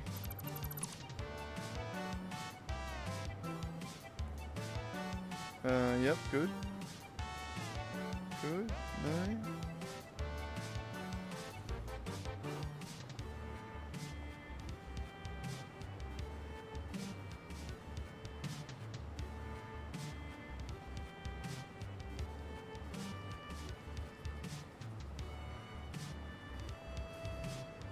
Okay, I think we're back around to where I started.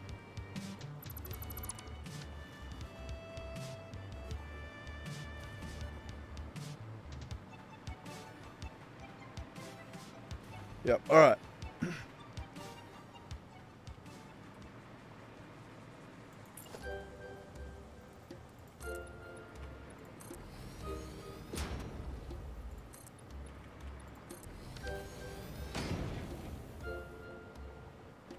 Nailed it.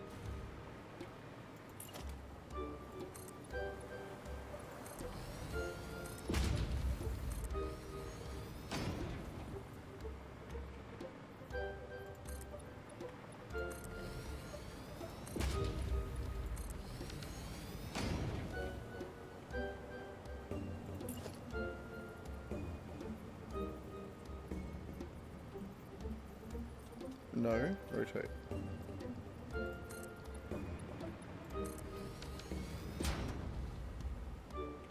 Okay, good.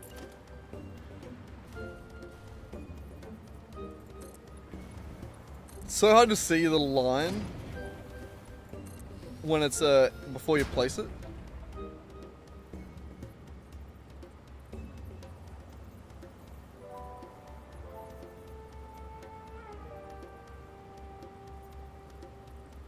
Yeah, I think I see that. Yeah, cool. See what I mean? It's even worse on your guys' end, like through the loss of stream quality. I feel like I just look like an insane person. There's like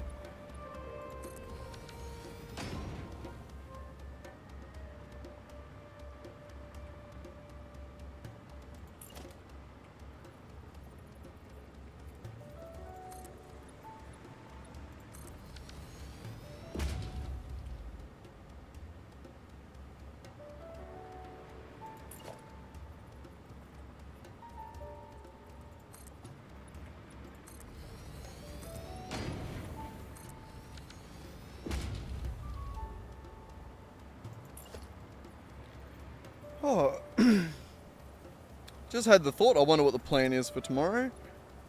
We haven't talked about D&D this weekend. I think we're probably doing the Steinhardt campaign if we are playing. Which is good for me, because it means I don't have to plan anything.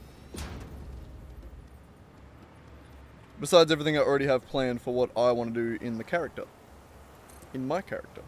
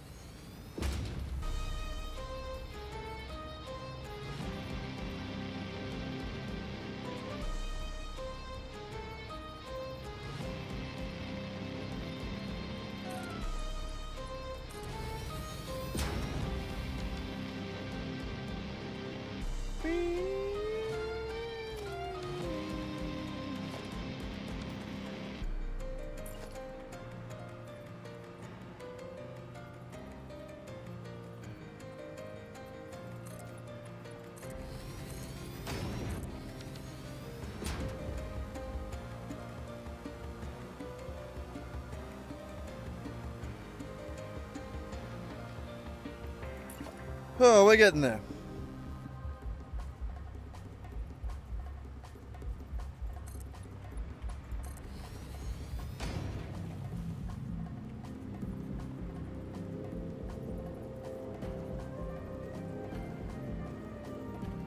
All good, man.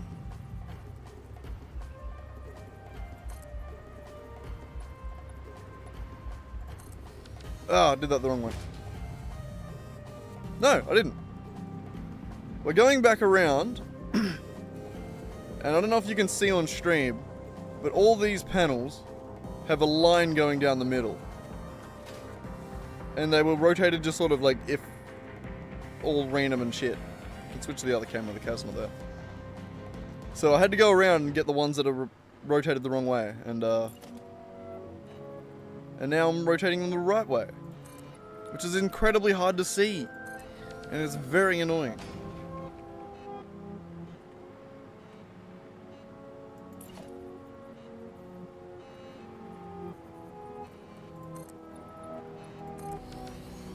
You sort of just have to place it and see sometimes. Like there. That time I could see the, I could see the line on it that time.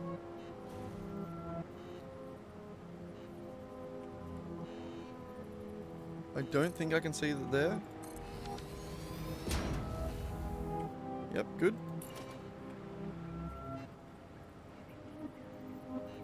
Yep.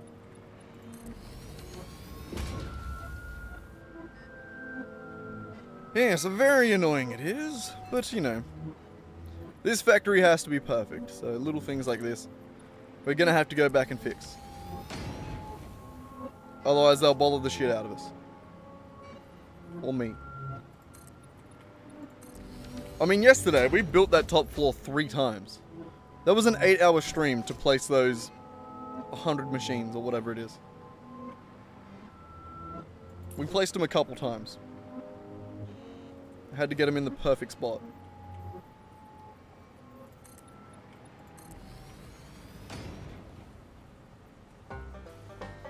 And the craziest part about it is this factory's temporary. We're tearing it down after Christmas. It's only for Christmas. But we're going all out on it. I want the biggest, coolest, fastest, strongest, most Kanye Westest. No, I'm kidding. I want to make a sick Christmas factory. It's gonna be sick.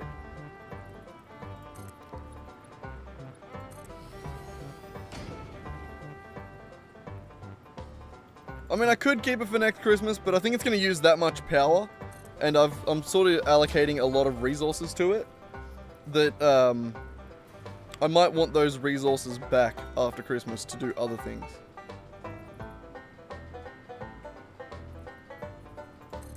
But you know, it's all in good fun.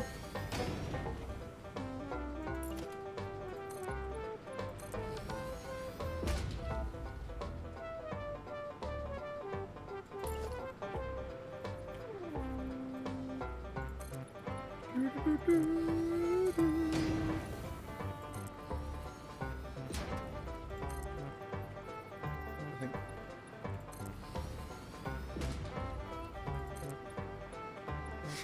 not having very good luck today, are you? How far are we? We got from there to there. We're getting close. Oh, God. Yeah, have you seen the D&D Auto Battler? I don't know if I've actually got to show you.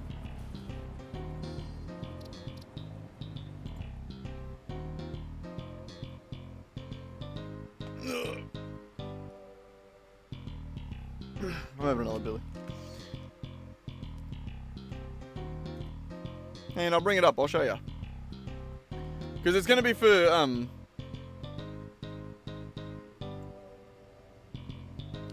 yeah, no, this is a completely different thing for like this is a game that I'm building for you guys to play on stream. So you guys can beat each other up in chat.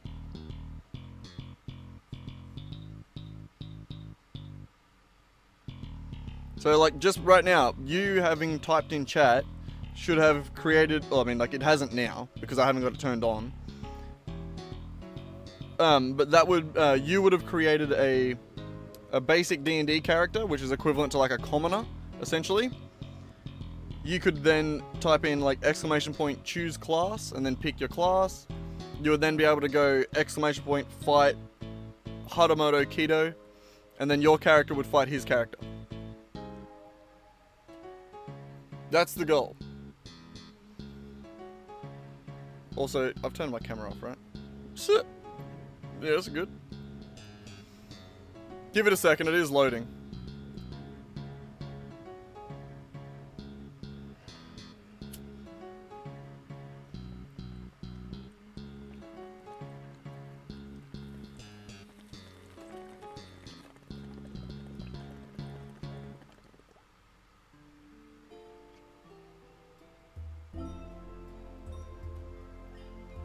Here it is. We'll see if I can get it to play. So essentially, I'm just going to run this. Hopefully it all works straight away. Essentially, you would be able to come in, you would be able to create your character. I mean, like, it would automatically create a character for you. And then when you type in ! fight, and then someone else's character, it would look up both characters, yours and the other person's. And the fight would look something like this. This is a simulated fight. Roll initiative. Clarence 1. Casting Burning Hands. Hit him. Tasha's Caustic Brew. Got poisoned. Warding Flare. That was a reaction that he used. Made disadvantage. Missed. Spell save. Bam. Artificer 1. Gonna add 10 fights. Rolled a nat 1 on initiative.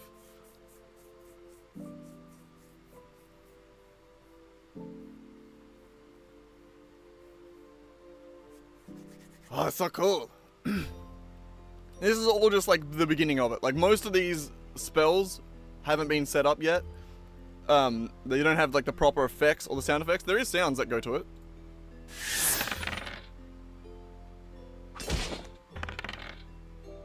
I don't know how loud that is. That could be incredibly loud for you guys. Yeah, it's not bad.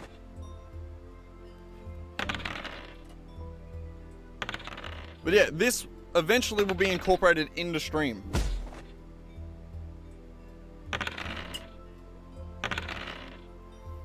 And if I was to, hang on, go back. If I was to create another character, we'll call this one Jenny. Jenny's gonna be a bard, because I have done bards. If we go play again,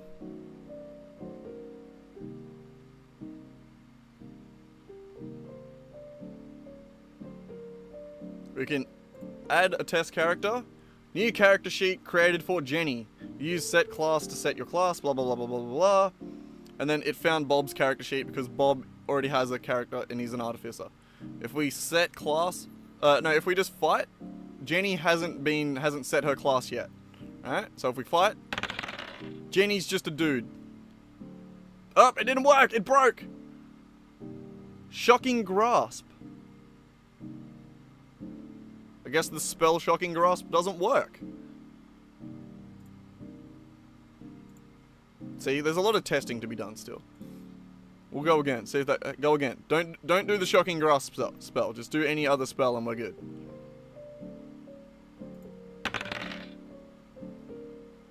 Stop doing Shocking Grasp! You bastard. hang on, real quick. Spell, it's a cantrip? Shocking Grasp? Yep, right there. We'll just score bonus negative 100. So now it won't do that spell.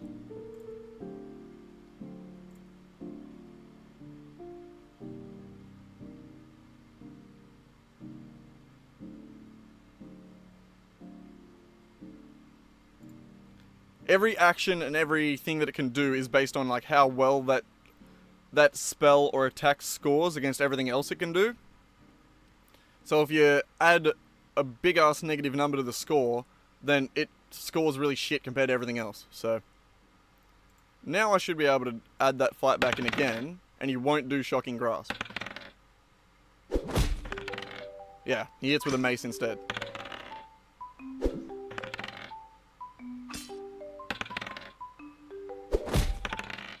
Jesus Christ! There we go. I thought the dude was gonna win. All he can do, the commoner, all he can do is unarmed attack. He has 1 health. He shouldn't be good. All the stats are fully random. So if you look at the character sheets, hang on, I need to add the character sheets. There we go. If you look at the character sheets, all their stats, roll 3, take 4. That's why Jenny rolled really well on all of them. So it's just random. Like, the way you would normally create your character when you do this stuff in actual game, you'd roll 3, take 4, but you would obviously spread out those stats in the way that makes sense for the kind of character you're creating. You know, like a wizard, you're gonna spec into high intelligence. You know, shit like that. Or like a bard is gonna be high charisma, shit like that.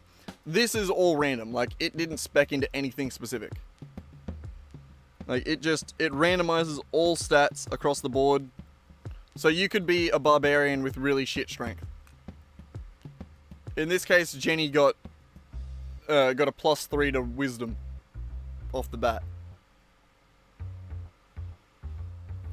Like, I've had people, like, I've had characters roll 4 1s and literally have a stat of 3. So like, Jenny's stats look like that. Bob's stats look like that. He rolled pretty low on con. Yeah, in theory you could, if you got really lucky with it, you could roll 18 on all of them.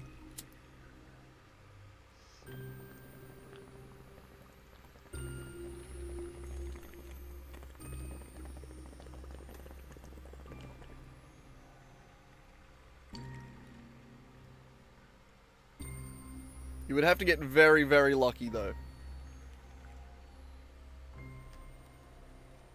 I can't actually change it in the thing. Hang on, yeah, we'll try and do Jenny and Dan. Jenny still hasn't gotten her class yet, so we'll add Dan in as a classless character.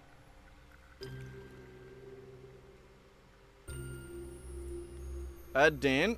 So if we add fight between Jenny and Dan, should be 2 dudes. Yep. Okay. And then if we were to go into their character sheets, which are saved like this.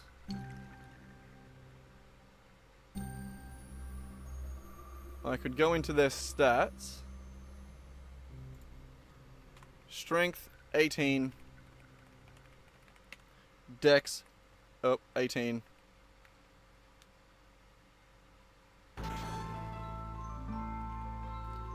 Con, 18. Intelligence, 18. Wisdom, 18. Charisma, 18. And I'm going to copy that whole section there. I'm going to save that. Minimize, open Jenny. And then I'm going to give her the exact same. So Jenny and Dan should have very good stats when they get loaded. Hopefully that works. I think I can change it that way.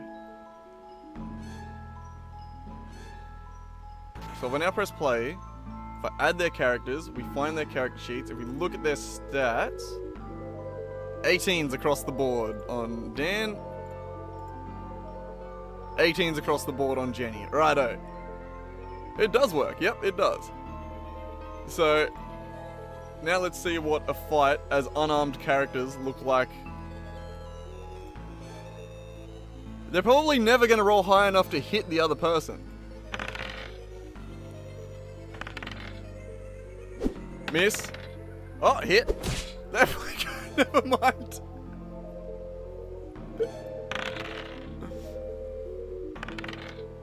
They have a +4 to their attack. No wonder.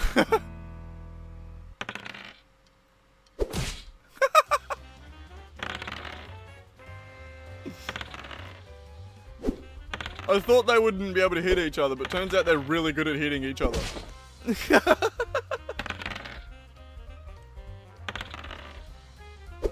Why are they rolling 10 so much? Jesus. Come on, I want to see a nat 20.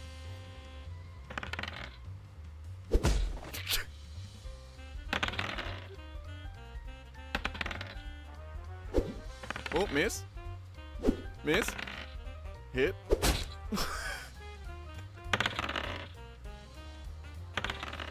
Hey, nat 20! It needs to have a sound associated with it. Yeah, it does, doesn't it, Reggie? Okay, we can stop this now. Oh, god damn it. But yeah, that's the project that I've been working on. Alright, hang on, one more thing we can do before we close this project out real quick. We'll go Jenny the Bard and Dan the Barbarian. Set the character class. Oh, sorry. Add test sheet. Set character class.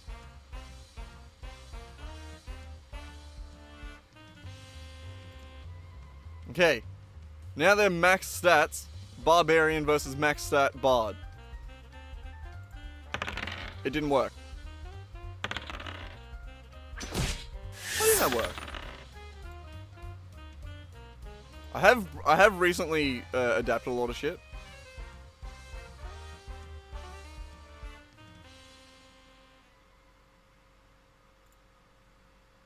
Did that work? No. Okay, so the set class has been broken a little bit. My bad. My bad. That shouldn't actually be. Hang on.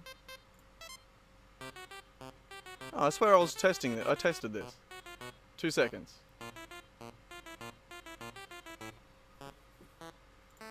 What did their things look like?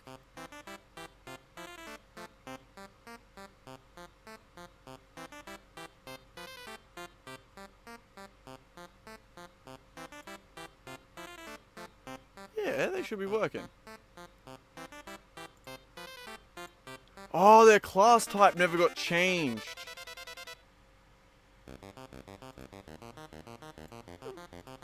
Fuck it, I don't want to do this now.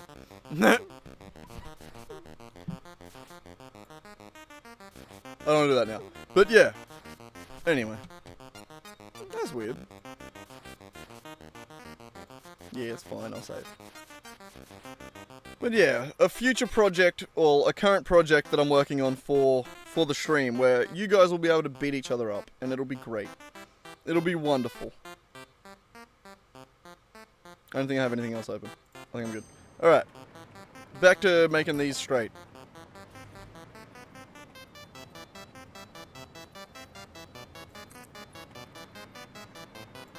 Yeah, no, I'm very excited for that.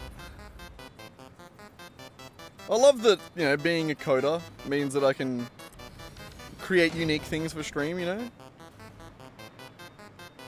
The coin flip got me inspired. That was the gateway drug that made me realize that I could make games for stream, and I was like, oh shit.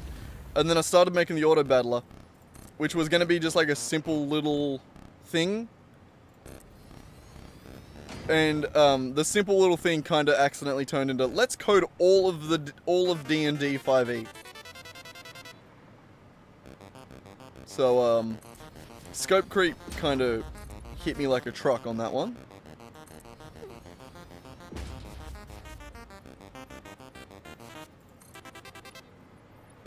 Yeah, no, I think I'm quite happy with that. There's definitely a world where that becomes the reason that my streams are popular at all. You know what I mean? Like, motherfuckers just come in just to play D&D in the chat. I'm fully fine with that.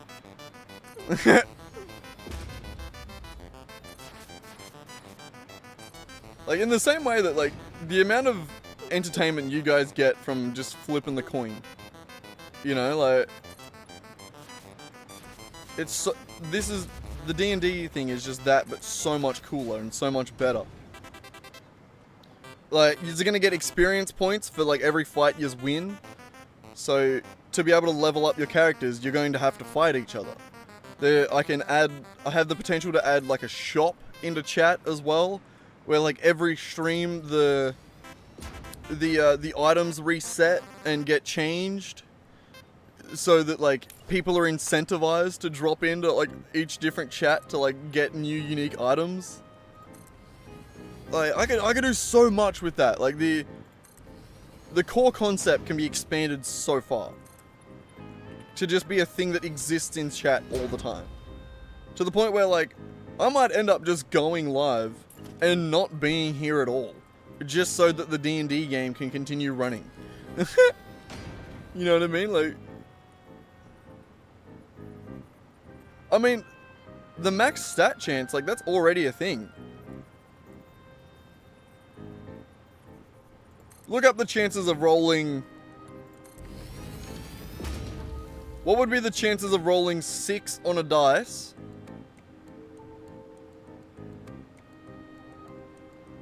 ...24 times in a row.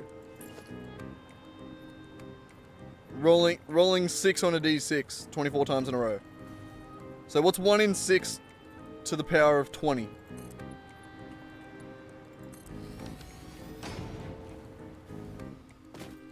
There you go. Do that math. That is the chance of getting a maxed character. 1/6 to the power of 20.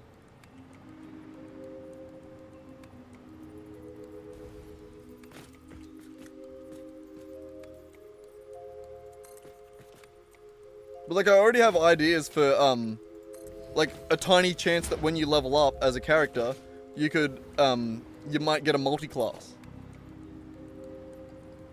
1 in 2.8 quintillion. God damn.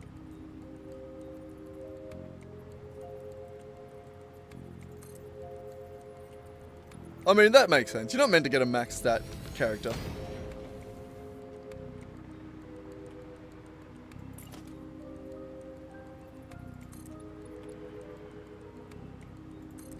Well, yeah, no, I might change it eventually so that it adds, so that it redistributes the stats when you pick a class based on, like, what class you've picked and, like, the appropriate things. So that way, like, you're not gonna get a barbarian with its lowest stat being strength. You know what I mean? Like, that I'll probably do at some point.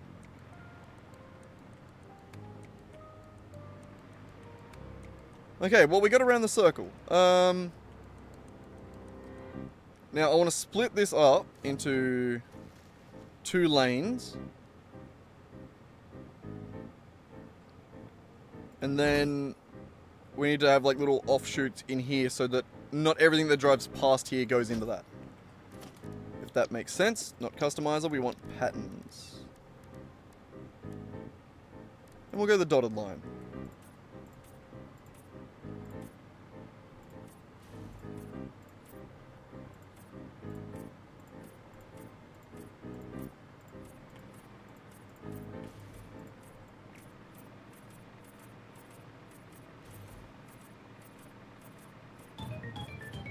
Oh, we're doing tractors as well, so we don't actually need that much space.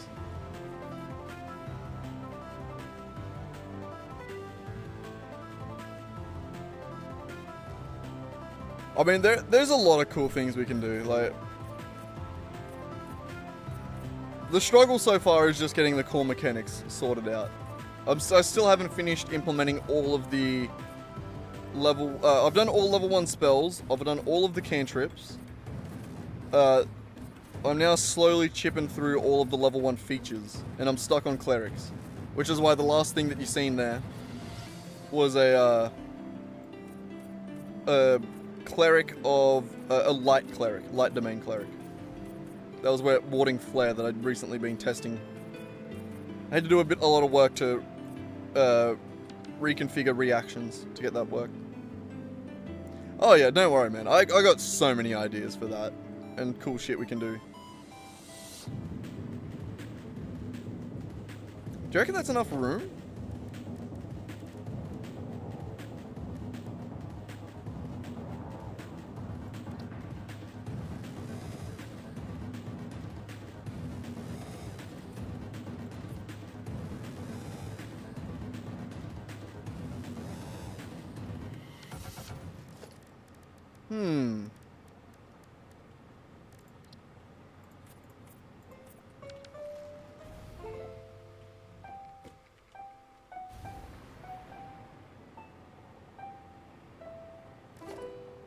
Yeah. No, the step 1 is getting the core functionality happening, which we're getting there. It's coming along.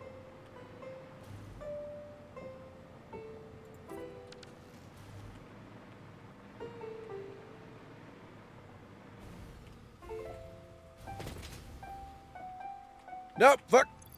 Ow. Lucky Nick wasn't here.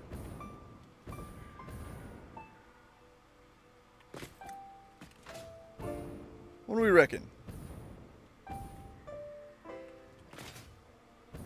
Give me... We're doing tractors, so we have plenty of room. Shit, I also just realized that because we're doing tractors, we're gonna need to get a fuel source.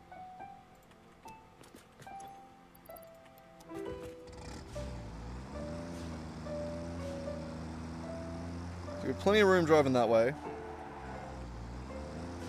If we're driving this way, we'd be out here.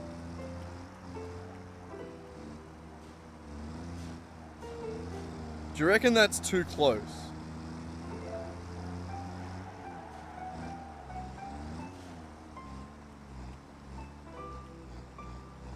Like, I'm still hitting the trigger there. How far out do I have to be?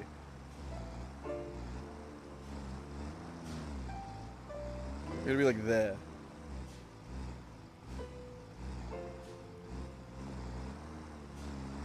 All good, man. I'm just dicking around, trying to figure things out, talking shit as I do.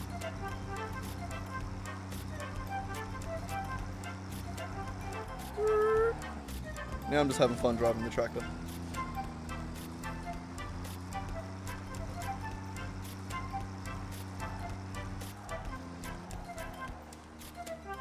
Pit stop.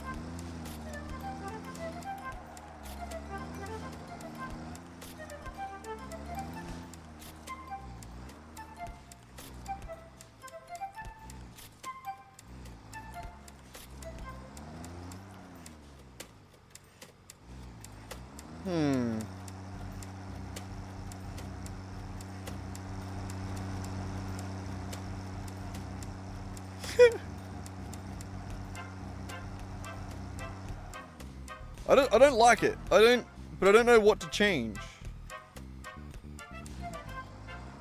Like, it needs decoration. Is that all it needs? Yo, how you going, Swag? I think all, I don't know. Maybe it just needs pillars around the side. I'm pretty good, man. Trying to figure shit out. Maybe I can move this back a little bit.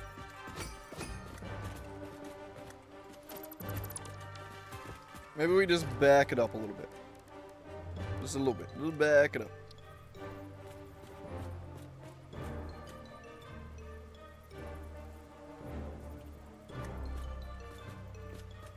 God damn that sun. So that would be back further than what it was. I think that might actually be where.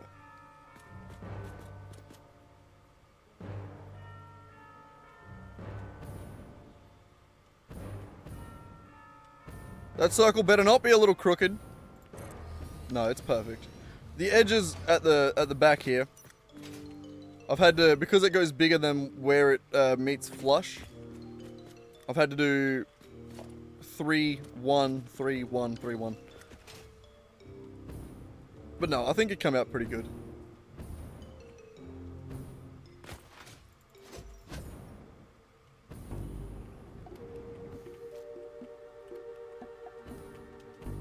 It's looking pretty circular to me.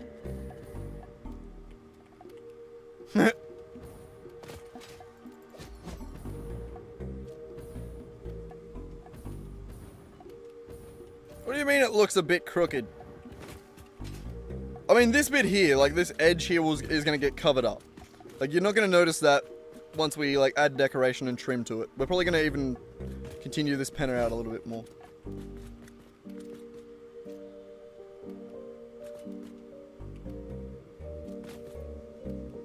Yeah. Yeah, no, I started in the middle, went outwards, and then just filled in the gaps as I went further. That's alright. The edges will be able to be covered up with, you know, like something thick. We'll go around it with like big concrete pillars or something. Like, this is going to be a big ass base, so the edges itself, not too big of a worry for me at the moment. We do probably need to make it a little bit bigger though.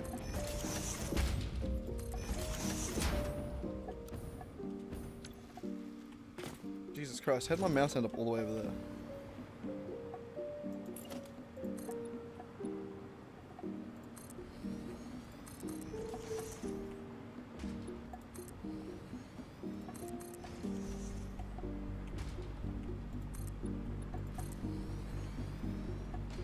Yeah, we are gonna have to go big up.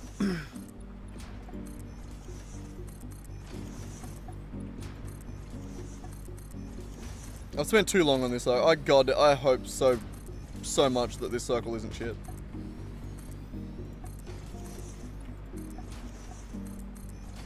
But no, it'll be good. It'll be good. We'll be able to cover up the shit bits. As long as it's symmetrical, that's what matters.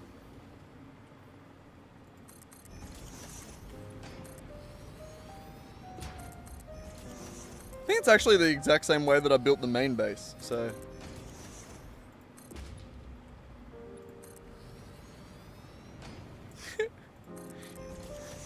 I know, you're fat fingering like crazy today, aren't you, Nick? Nickname. God damn it, it's so confusing having both. I did know that it was Nick, like nickname, but then I went to abbreviate it in my mind, and I was like, well, that's just your brother's name.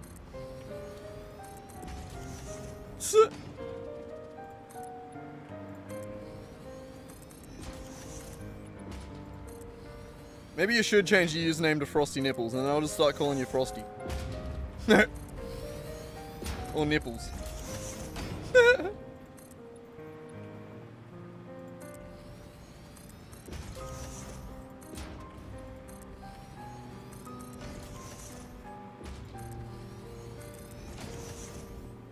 What's that, Racky? You hearing people outside?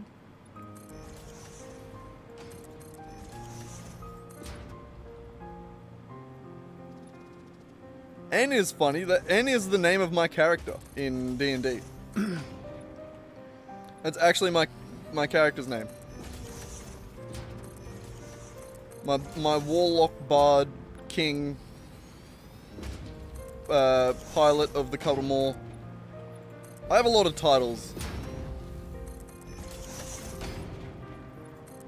Just like I'm the team's note taker, I'm the one on the team that likes to poke the thing that no one else is, that everyone's too scared to poke. Which means that I end up becoming a lot of things that, some of it's good. I did get turned into Spider-Man at one point, that wasn't great.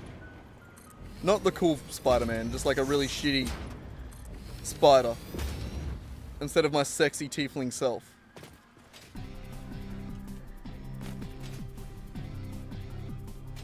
It wasn't cool Spider-Man, it was... What was it called? It was Arcane or something like that? Arcane or something like that? Literally the only ability, like the only racial ability that it gave me, or like, yeah, the only thing it gave me was the ability to climb up walls. Backwards. Because I had like 4 legs on my back. Except they weren't even cool like Doc Ock tentacles, they were just shitty legs.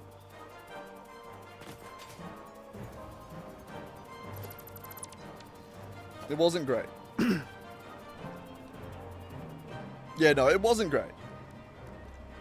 The way that I ended up getting out of that was fucking great. Which was, my character was like so, like both me and my character was so butthurt from being turned into the spider that, that I would wear my hat of disguise to pretend that I wasn't a spider, essentially. And through pure fucking coincidence, later in the next session, we ran into a guy, or we were fighting a guy essentially, and then Kyle just happened to mention, he cast invisibility on one of the members of the party, and they disappeared completely. We couldn't touch them, like even though we knew where they were, we couldn't touch them. They were just gone. The way Kyle explained it was this guy had the ability to turn illusions real. So if there was illusion magic in the room, like invisibility, that would essentially amount to a banishment spell. So like he fully like erased her essentially. Luckily we were able to break his concentration and bring her back. But in the moment he said that that illusion magic is made real, my brain, I just went, yes! Yes! Fuck yes! I'm N again! I'm sexy again! Like I was the only other person in the room that had any illusion magic going on, and it was to cover up the fact that I was a spider. So making my hat of disguise effect permanent and actually turning me back into N. Back into, like, I was only disguised as my tiefling self. That is genuinely the time that I've popped off the most at a D&D table. Like, I was so happy. Like, I was actually mad that I'd been turned into this spider. And, like, I'm sitting there, like, resigning myself to the reality that, like, I'm probably going to be stuck as a spider forever. Because it was a permanent madness effect. Which means, like, I couldn't, one of their other class features were that they were immune to shape-shifting effects. So I couldn't even true polymorph myself out of it. And no, I don't keep the climbing buff because that was attached to the race. But, I popped the fuck off. I couldn't get myself out of turning into a spider. I couldn't dispel the magic. I couldn't polymorph myself back into a dude. I couldn't do it any other way. Like, and then through sheer coincidence, I ran into a guy that made my hat of disguise a permanent effect, turning me back into N. Which only happened because I was butthurt enough to be like, no, I am disguising myself as myself. Like, I'm pretending to be me. Which is insane as, like, so many things.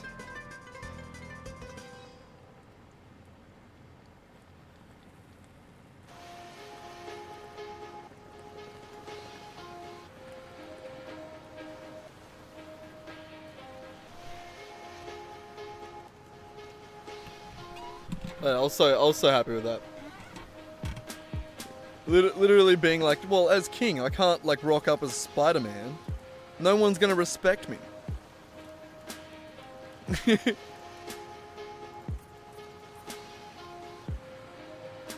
Yeah, truly my greatest pop-off in all of D&D.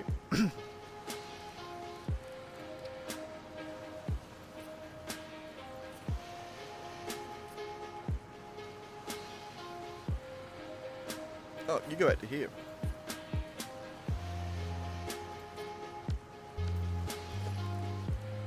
What are you doing, Ranky? Standing there staring at me? Like I owe you money?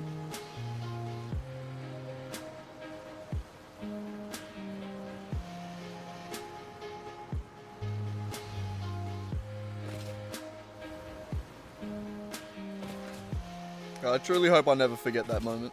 It was just so funny.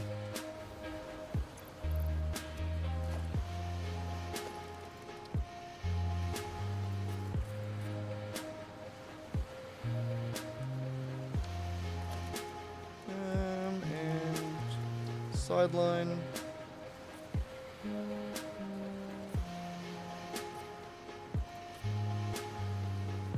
This sideline matches up so nice right here. Look at that corner.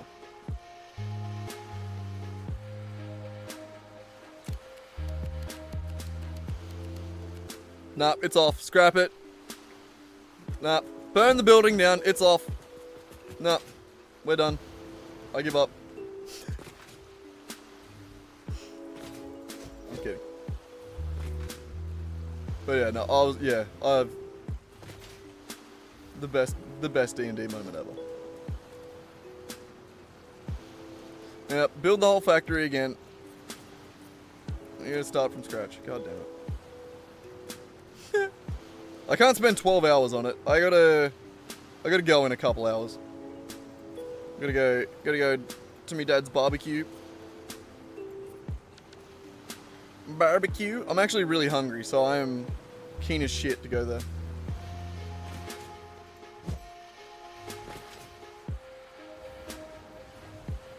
Okay.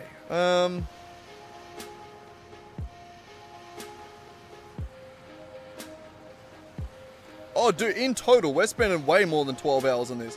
We've already, we're almost there already. I spent 2 hours on this shit yesterday. 2 hours. I spent 8 hours on this yesterday, and we're already 3 hours into this stream, so we'll make it to the 12-hour mark, no worries. We nearly did it in one stream yesterday. The only reason I even stopped streaming was because I was busting for a shit. I mean, I needed to go to bed. Nah, mostly just I needed to shit. Oh, getting messages. What was that? Lockie, was it?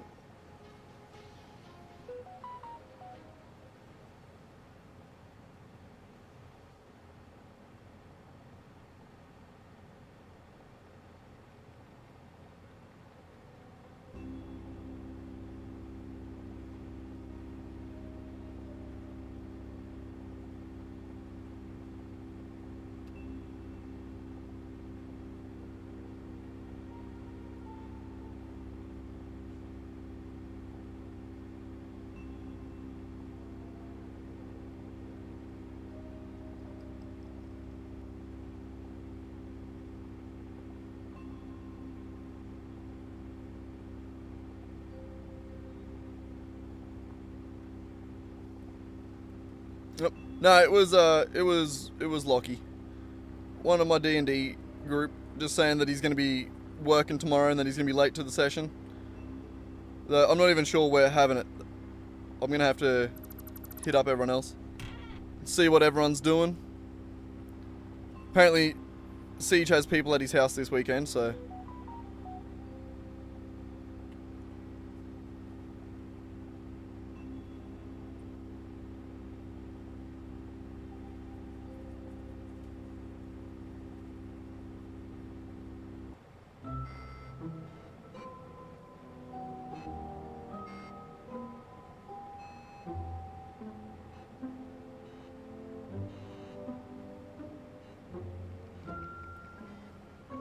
Yeah,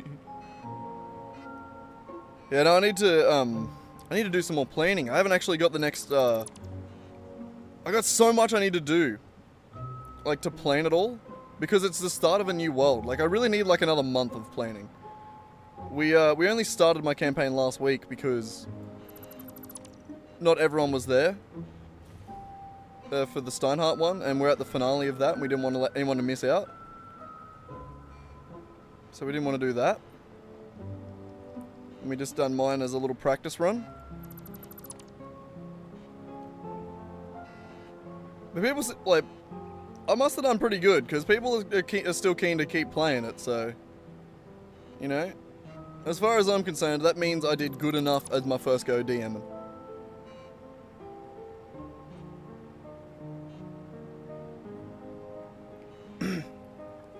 My main thing is I need to remember, especially when we're doing theater of the mind stuff, I need to remember to describe areas in ways that translate to game mechanics. It's something that I'd never really considered until we were talking about it yesterday. But it's like, it's a massive thing, especially when you're just playing, like doing battles or even just talking to a guy, like talking to an NPC, you know? Like, understanding the space you're in when you're playing a game like D&D that has movement mechanics is very important. And it's something that as a DM I need to be better at explaining and getting across to the characters. But you know, first time DMing, there's obviously shit that I can do better.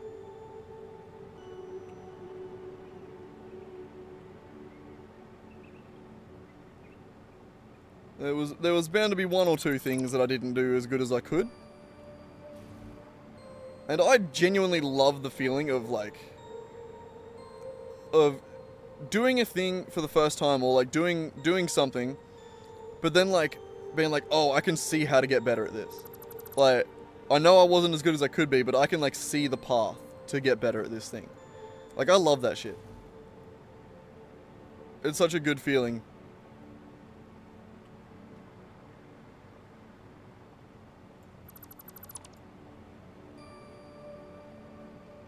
And I definitely have that with D&D. Like, and as far as I'm concerned, all I have to do when it comes to DMing is I just have to be good enough to honor the notes that I'm writing. Like, if I've prepared, you know, a story that I expect to be fun, or like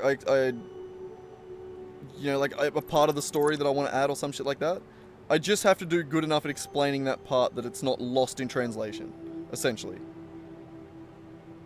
I just have to honor the notes. That's it.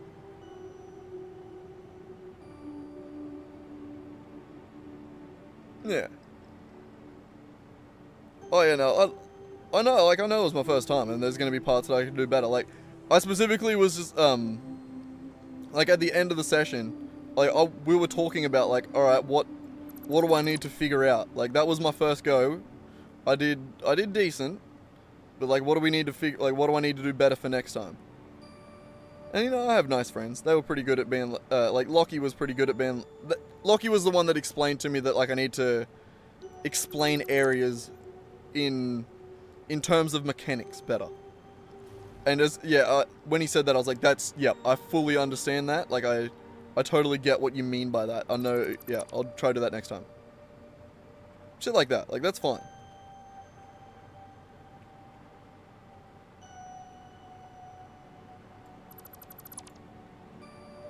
Like that, and we kind of need someone else in the group that's capable of DMing. So, like, even if it takes me a few sessions to figure it out, it will be good to have someone else, just so that, you know, everyone gets to play that way. Kyle hasn't actually been able to play a game of D&D in so fucking long because he's the DM. So he never gets to play. Like, that's why he's so excited to play. Oh. So I need to be good enough so Kyle has a good game.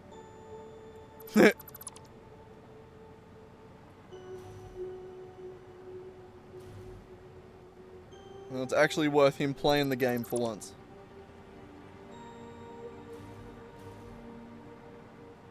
God, this area is dense. Like my dick. No, I'm kidding.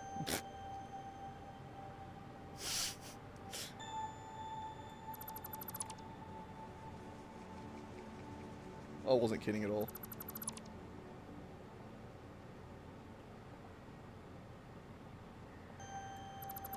Well, that was the goal of it. Like this, me DMing all started as Kyle sending me a message one day. Like we were just talking one day, getting up there. But yeah, no, we were just talking one day about like I don't know, just about D&D and shit. And then he goes, "What? Like, if you could run any campaign, like, what would be like your ideal campaign, like your dream campaign to run or play?" And my idea was like a space-based campaign. Like, I don't know if I don't know how many D&D YouTube shit you watch or how much you watch, but Dimension 20 did Starstruck Odyssey campaign, and it is so fucking good. That is my favorite campaign that they have done. Like, I've watched that entire series like 3 or 4 times. That, essentially a campaign like that is the kind of campaign that I would love to play in or run. Like, it ties into like my real world interest of like I love the idea of just like planets out there. Like, there are so many movies and TV shows and like just, you know, that sort of shit where every alien planet they portray is just, it's just fucking Earth with a filter. You know what I mean? Like, I know, like, obviously for old TV shows like Star Trek and shit like that, they were very limited in what they could do with CG, or like, oh, they couldn't do anything with CG, really. But like, you know, like in prosthetics and shit like that. So like, obviously, you had to film somewhere, and the only place you had to film was fucking Earth. So, like, I understand that for like older projects, but I love the concept of there are truly insane planets out there, like in real life, that actually exist. And you could make, even using some of those ideas as a baseline, you could make the most interesting world to explore.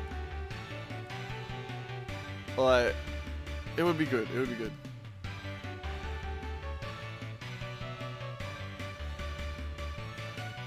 Well, then you know exactly what I mean. Of like, every science fiction like alien planet that's ever been shown is like not even scratching the surface of like the fucking actual. I mean, I suppose it's because like as humans we just can't wrap our minds around something so alien. I know Neil Armstrong, right? Yeah, no, I might have heard of him. I might have heard of him once or twice. I couldn't think of a joke. I couldn't think of another Neil. I was gonna say like swimmer or something like that, but I couldn't think of another Neil.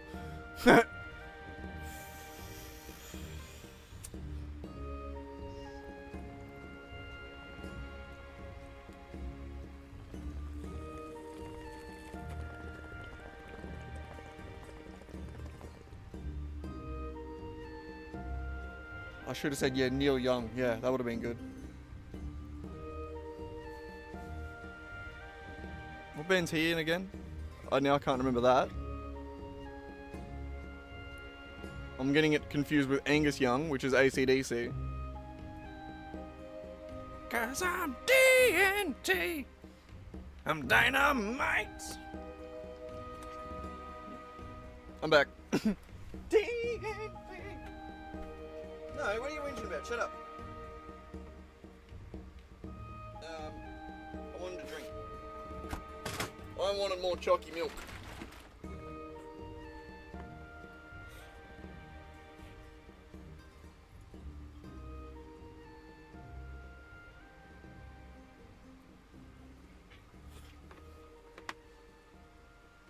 What do you want? No, you're not getting any food. You got biscuits in your bowl. Eat those. Yeah, no, you got a bunch of good wiggies in there. Eat those. Ugh.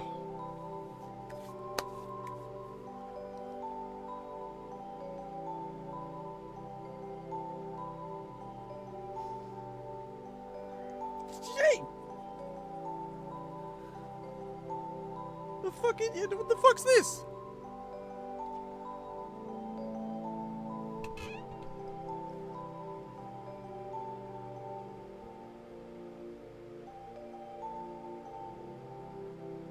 You reckon? What? Good, you're a pain in the ass. You're not getting any food yet, buddy. It's 1:30. You got a couple more hours until it's dinner time. I know that's what you want, but you're not getting it. Here, come on, hop up for a quick cuddle. You can have a cuddle if you want. Yeah. Bloody hell.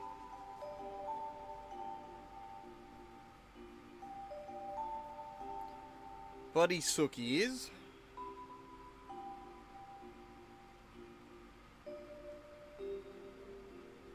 Are you wet? What's on your side?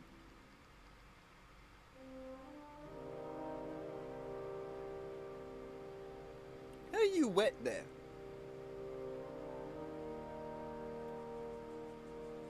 Did I drip something on you? I don't think so. I don't know.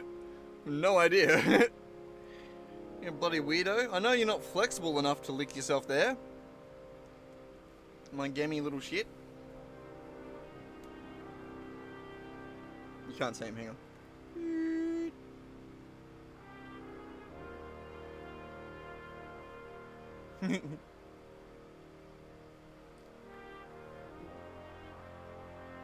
Oh yeah. Space is very cool. You gotta love space. It's very fun. And terrifying.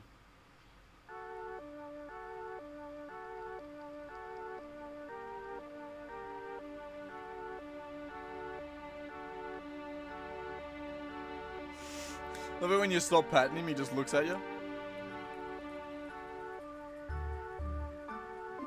Like, what the fuck? Like, he fully, like, hugs your arm, too, look.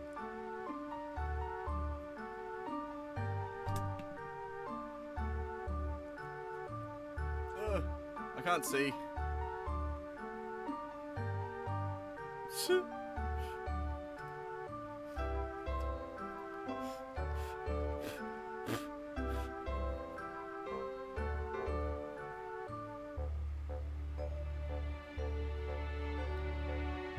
He's a massive sook.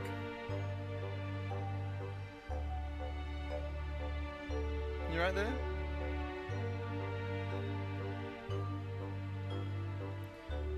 You know, I was trying to play a game, Mikey. You wanna play a game? You wanna play a game, Ricky? No? Alright, fine. You're gonna have to go for a walk, buddy. Because I want to go back to doing what I was doing. I know you'll sit here forever if I let you. So I'm gonna have to kick you off at some point. Oh yeah. It's not a very entertaining live stream. I don't even have the camera set to full screen. I could, but it looks like shit. Hang on, here it is.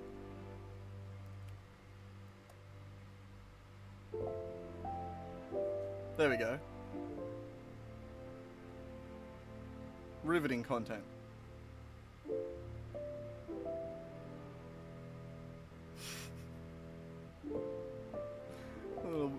Little shit.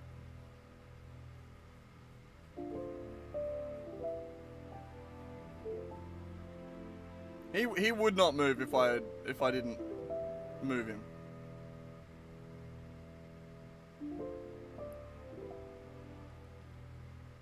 Catch you later, gamer. I'll see you next time.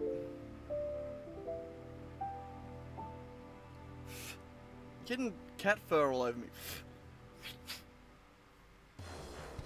Gets stuck in my shitty little beard.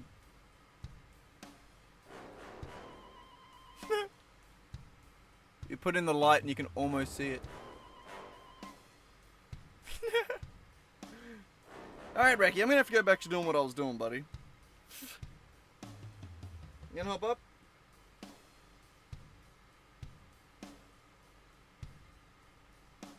No. Come on, Bullfed.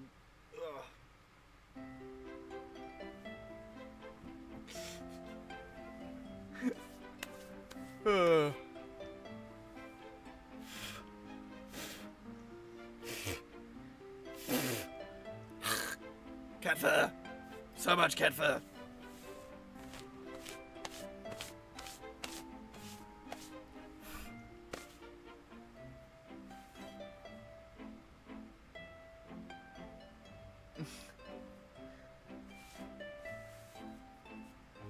God damn, you're a menace, Sheddy Eddie. Need to get your brush on you again.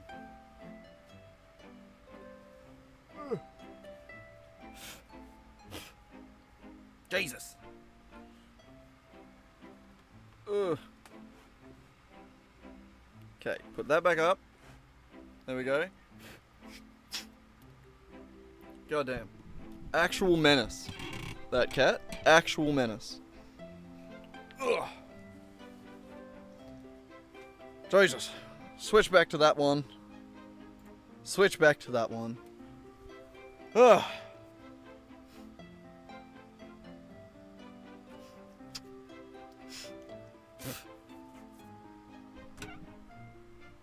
Bloody hell, eh? Alright, where were we?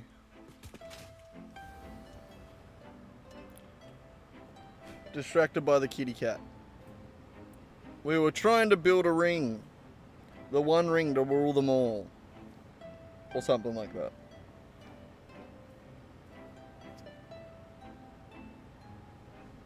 So should we... What do we reckon, Swag? Do you reckon we do another one of these? Not that. Another one of... Another line. On the inside? I feel like we need something to line this up.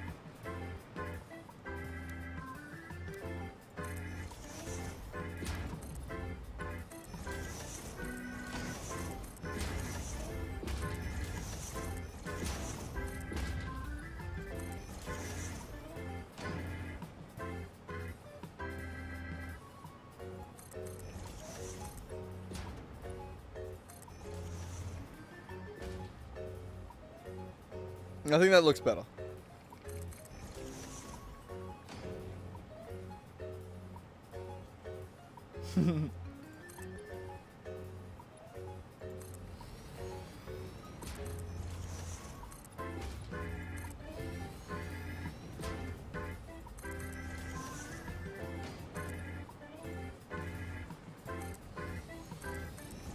Yeah, I shouldn't have deleted the last one.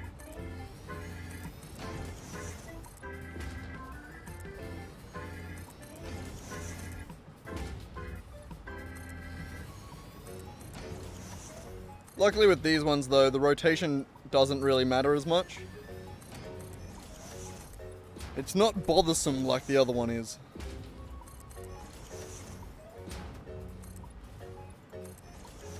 Like the asphalt.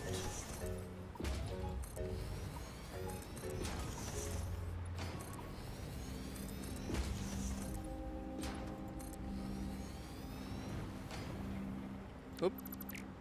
No, yeah, you're good. Thought I went too far then.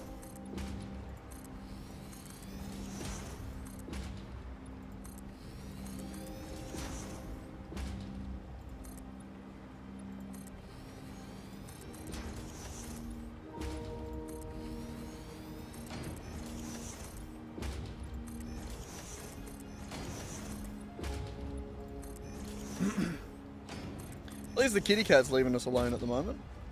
He got his pats and now he's gone off to lie on the windowsill, I think. I think he's just hanging out. Nice. It's always good to satisfy the pussy, you know?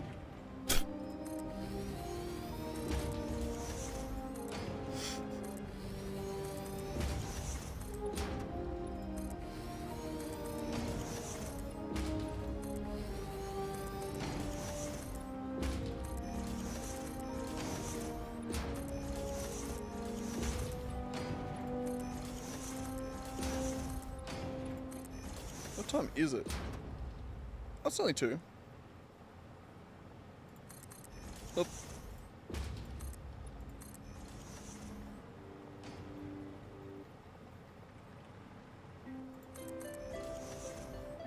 God, that's confusing when you miss the thing. Alright, and we're here. That definitely looks better. Okay, so the next thing we need to do is we need to get ramps up.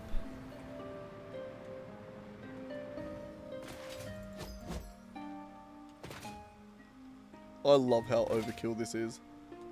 We're doing everything so incredibly overkill. This is literally just to get the iron up to here. I can't fly when I'm down here.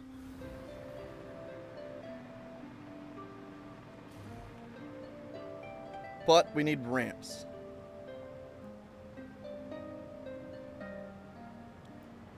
Alright, so we drive on the left. I'm imagining we do ramps into the center. We do 4 ramps at each corner.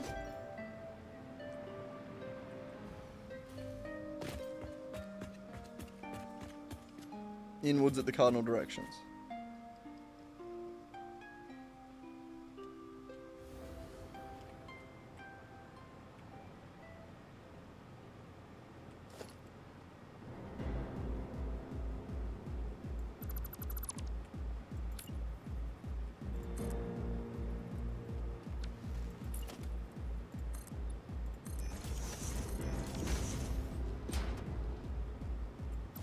Of course, you rotated the wrong way.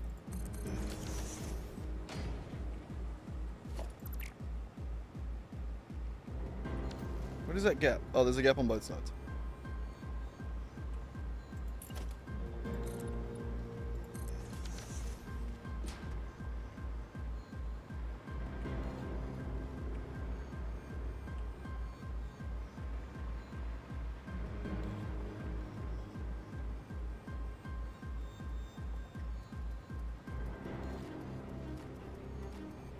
There wouldn't be room to do the ramp there, would there?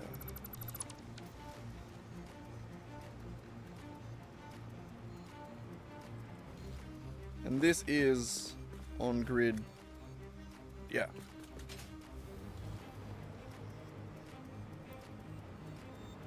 So we're back to being on grid here. Can we fit a ramp in here without it cutting the corner off that one too seriously? I don't think so. I think it'd probably look like shit. Double ramp. Yeah, no, it's gonna look like shit.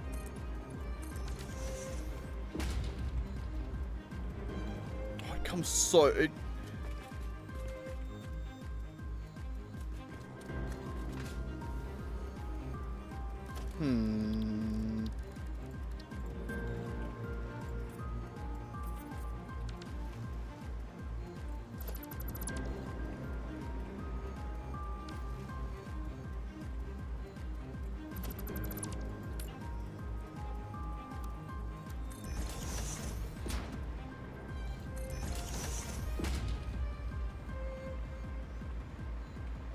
Fixed it.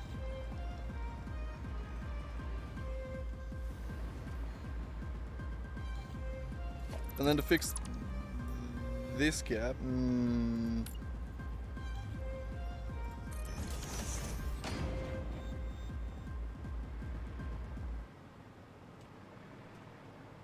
what do we reckon? That gap there, or this gap here?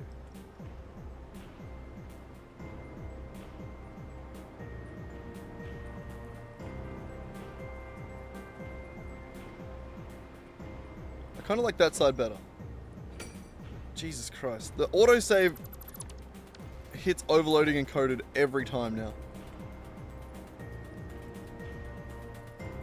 That's it. Son of a bitch.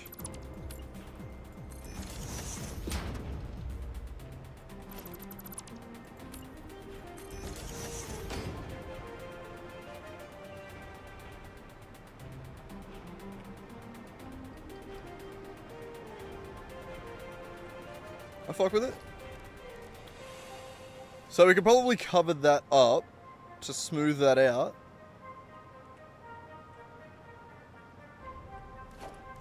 With some variation on trim. The patterns, though, that's what I'm thinking. Crosswalk.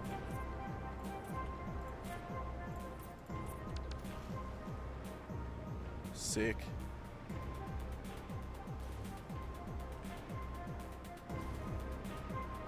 That's yeah, no, that's fucking perfect. I reckon that looks great.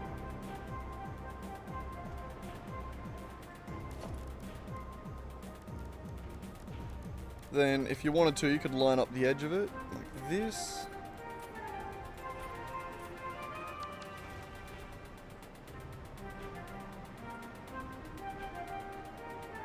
Which I don't like.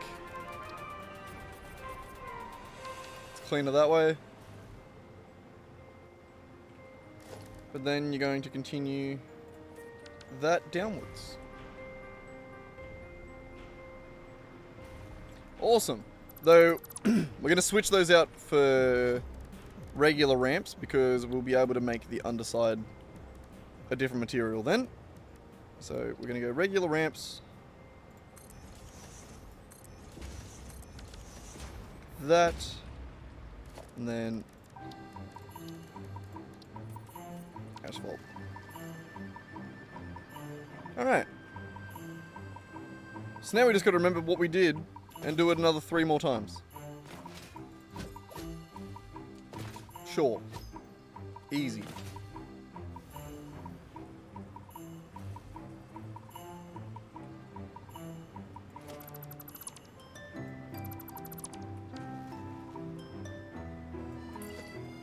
The ramps themselves, I think will go down and then probably off to the left or right. Maybe both. It has to go, it can't just go one because then it'll look like a goddamn swastika again.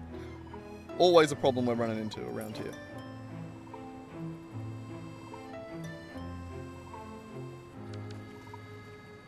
Okay, so that one goes that way. That one goes that way.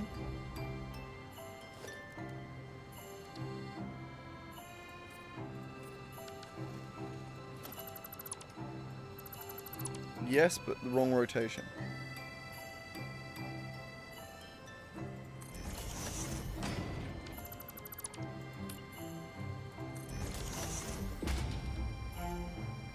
How am I gonna believe? Thank you. First go.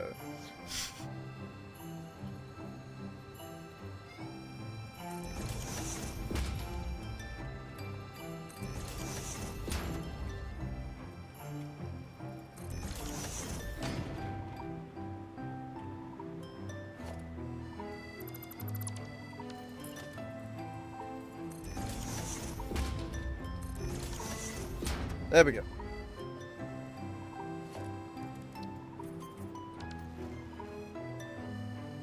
Oh, if sorry, if by curve the road ramps you mean by that, then yes. But curving them down, probably not.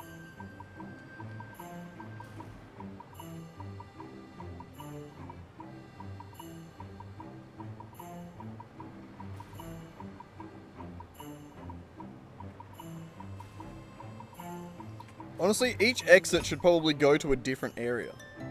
So like this down ramp goes to... I don't know, where's the nearest one? To it? Probably like over there.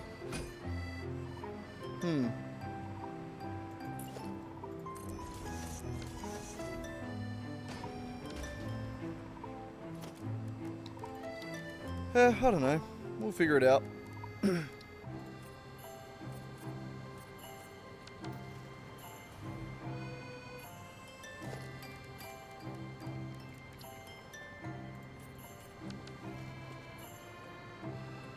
Yeah.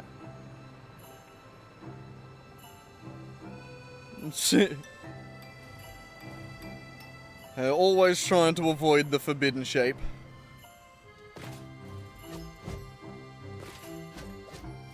The forbidden shape often tends to surprise you. You know, you think you build something that you think's nice and cool, and then you stand back, and then you go, ha! Never mind, I gotta rebuild this. Why can't you just be cool?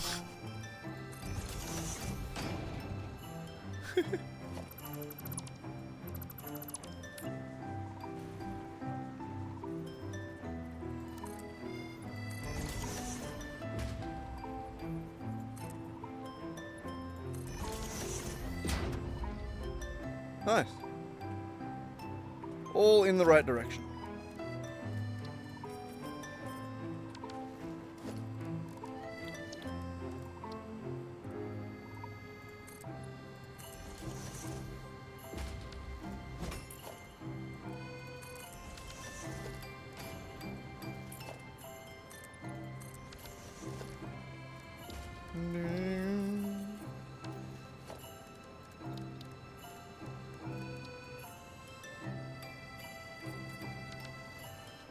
Nice.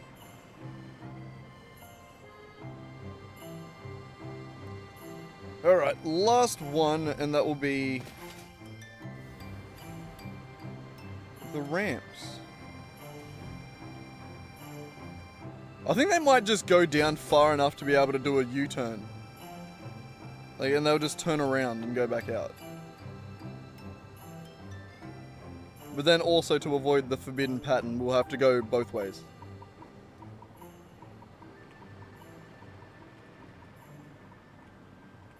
But that'll make it look cool anyway.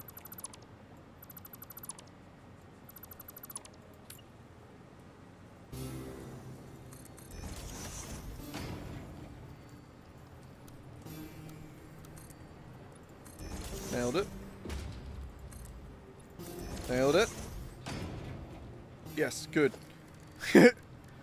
Oh god, I feel like I'm like, to most people that join the stream or like to just see anything like that, I feel like I must look like an insane person staring at the asphalt, trying to read my fortune in the bones, you know?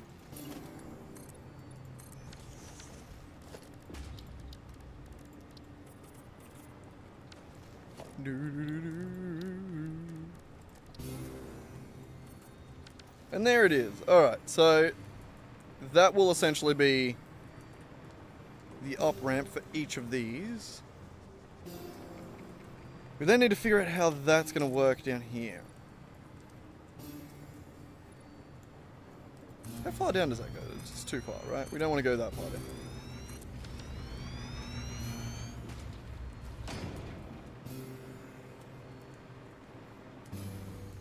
You know, I think we just want to... falling. I think we just want to get low enough to be able to turn around and go underneath that line. So for instance, one of these, or two of these, only need to go right there.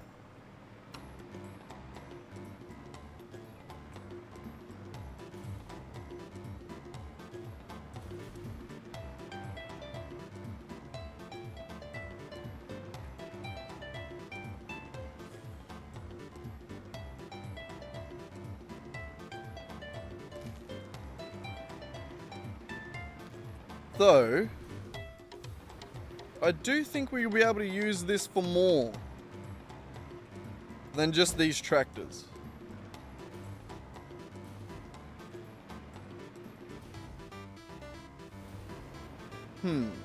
Also, let's just check the measurements here. So one, nope, vertical. 1, 2. So it's 4 down on the 4th, essentially.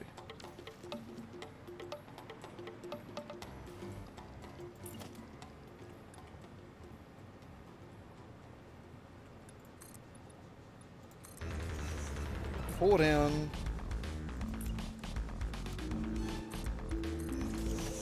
On that one.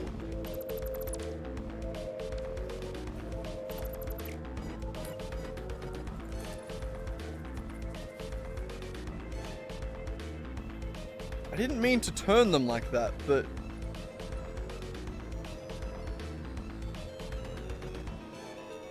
Huh. Do we want these roads to turn around and then go directly out, like parallel to this up here, this, which by extension would then be in line with the octagon above. I think so, right? We take it out in that exact direction, and then that, and then that, and then that. I think that makes the most sense. We don't want to actually change the rotation of this. But also, the way I did that was annoying, so I'm going to go like this.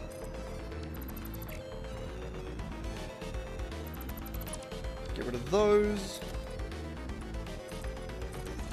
You're going to go there.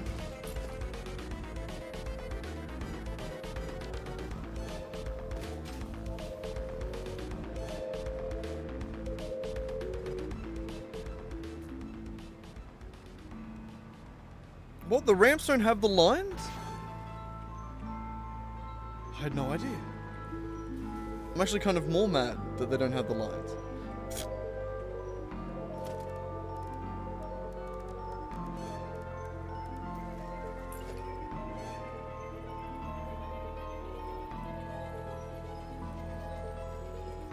Actually, which way do we do the lines?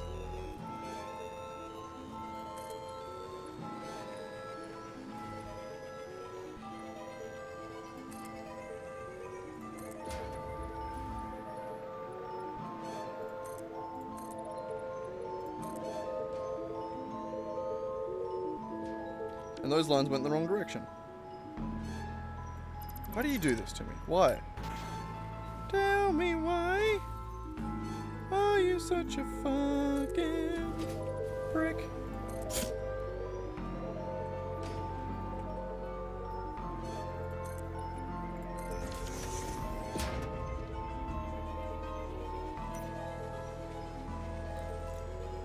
Oh, this needs another one over here.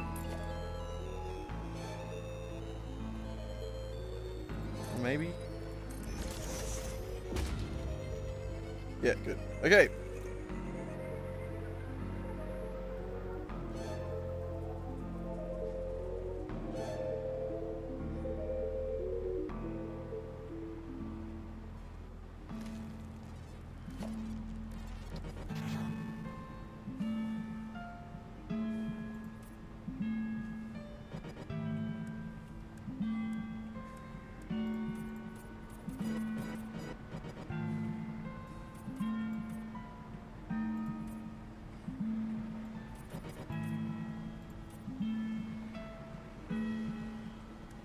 Up. No. That one. You're going too far. Okay, we're gonna get rid of that tree. That one.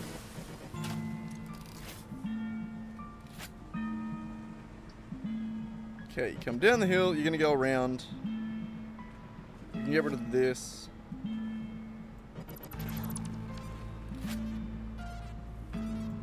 And then I think, for the most part, it's going to just head straight out.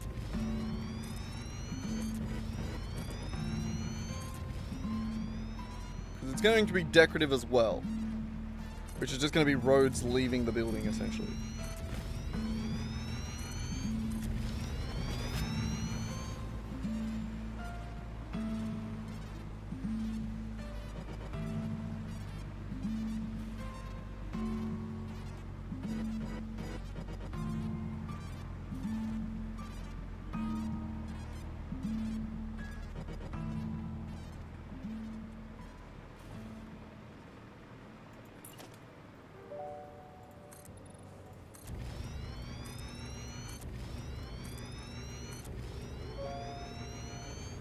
Jesus. The autosave lag is getting intense.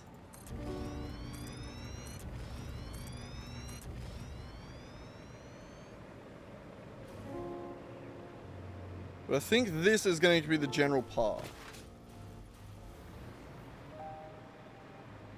We'll keep going just so that it leaves from underneath the building.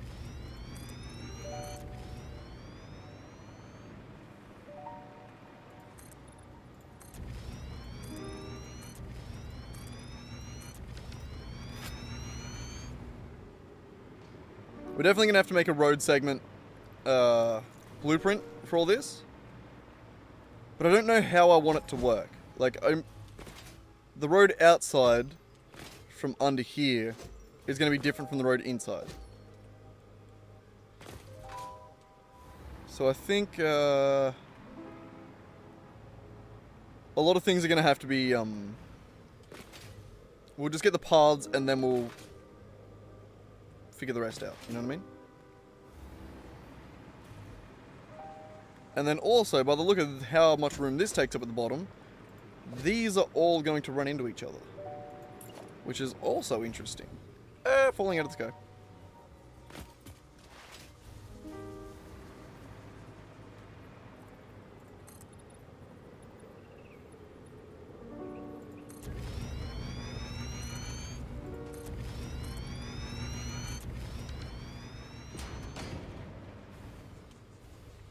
We need more power around here.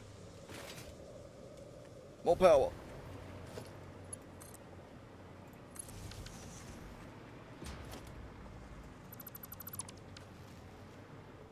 I'm gonna say, buddy, just don't pick this fight. You don't want it, trust me.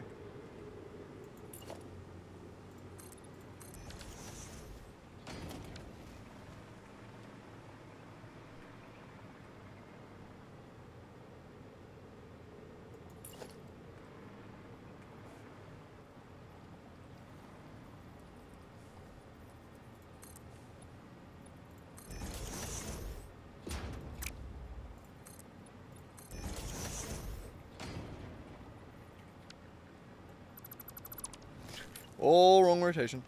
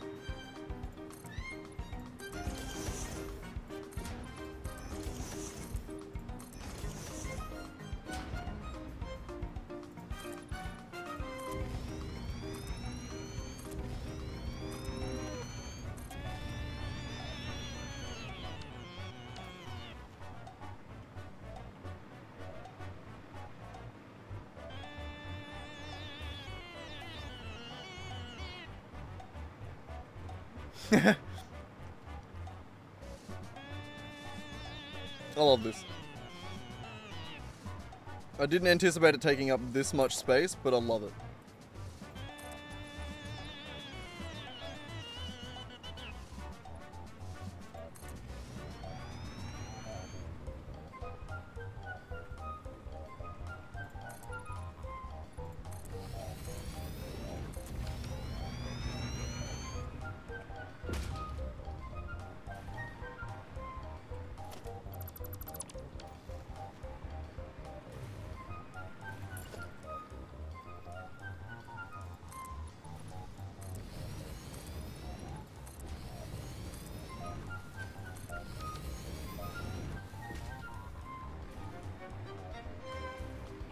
Okay.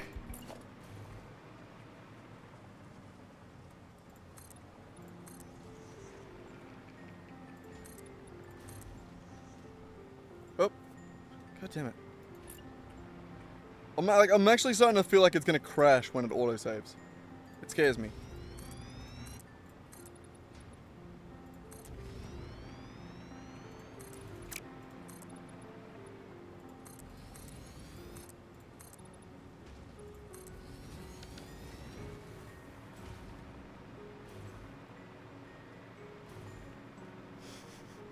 I love it.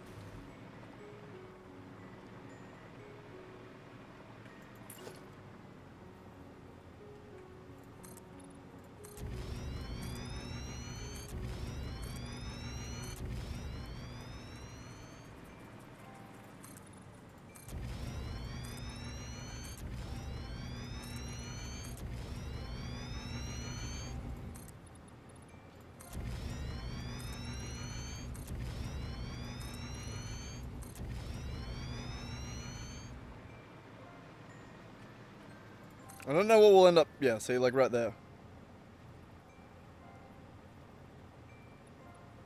Like, you know what? We'll go out there. For now.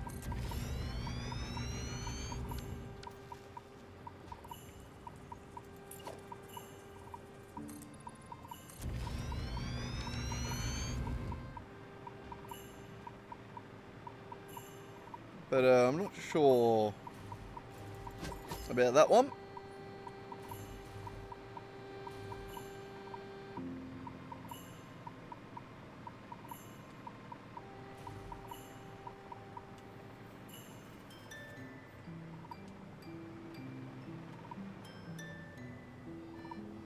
I accidentally made another circle.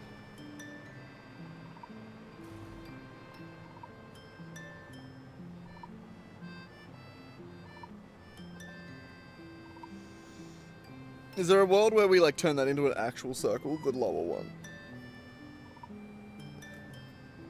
I think the radius would be too tight.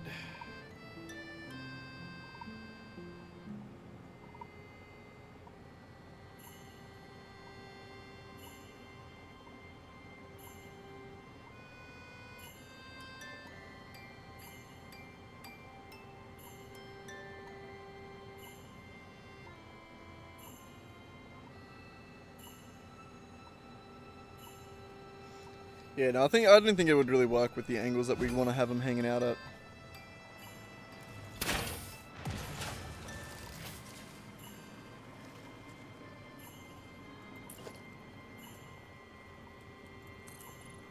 The bigger problem is the obstacles it's going to run into.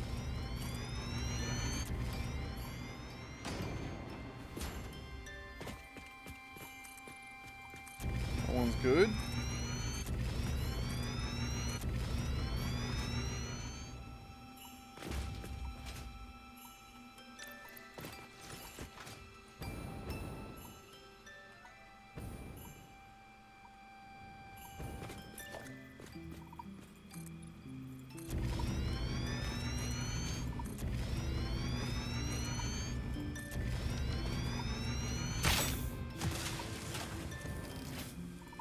Well, good shot.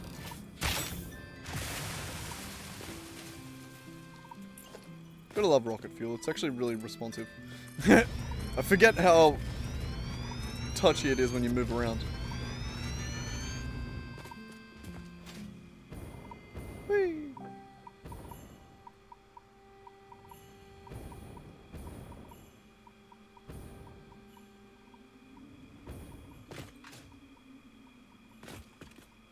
So this is the direction that I'm the most unsure of. While we're here, we'll go get that slug over there. Look at him just hanging out.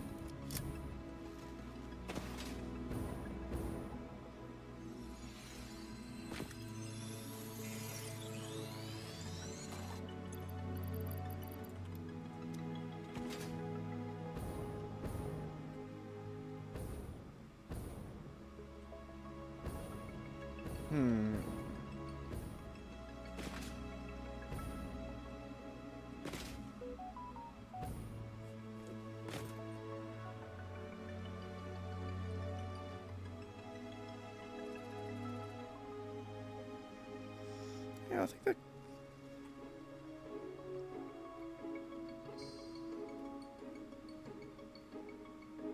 Hang on, Merck's just replied to me with the...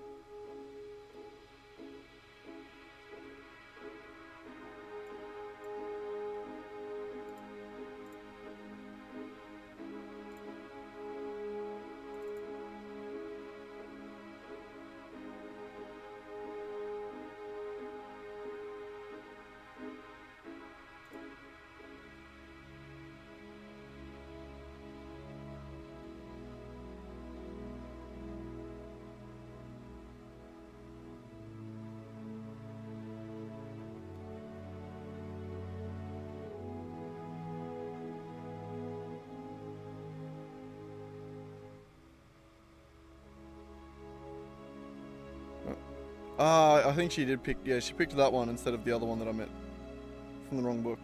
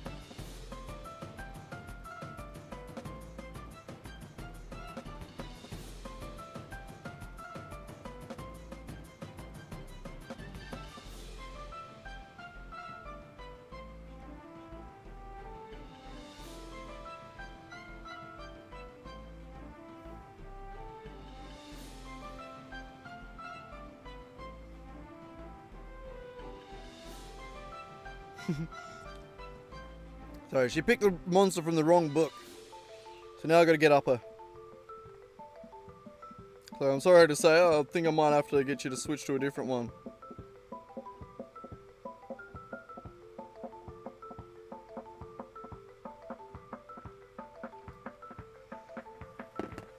Anyway.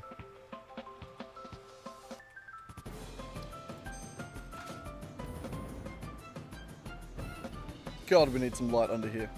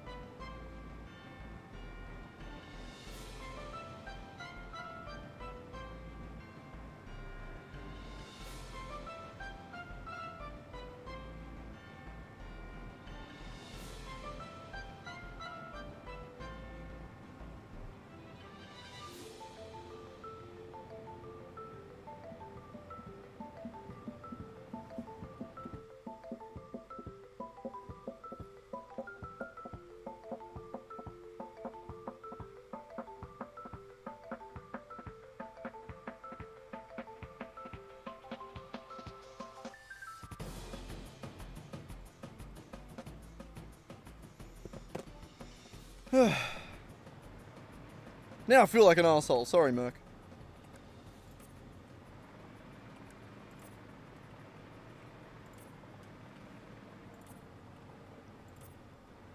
It'll be alright.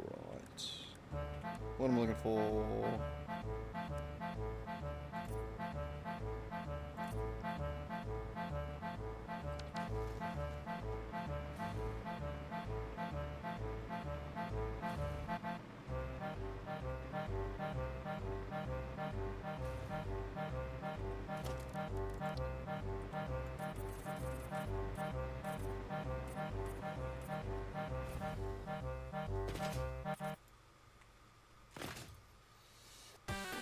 Nope.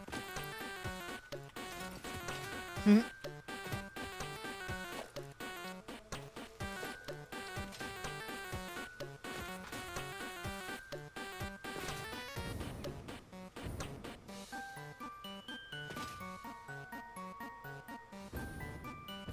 Alright, let's see where this goes.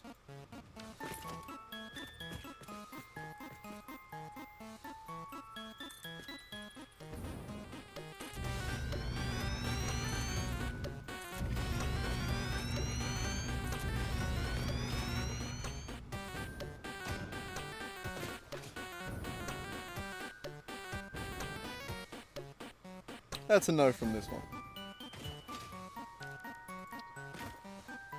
We'll keep the road here though. We might need it.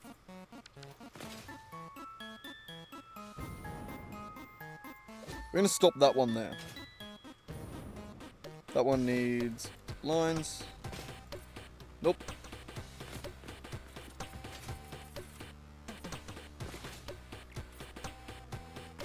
Do do do do.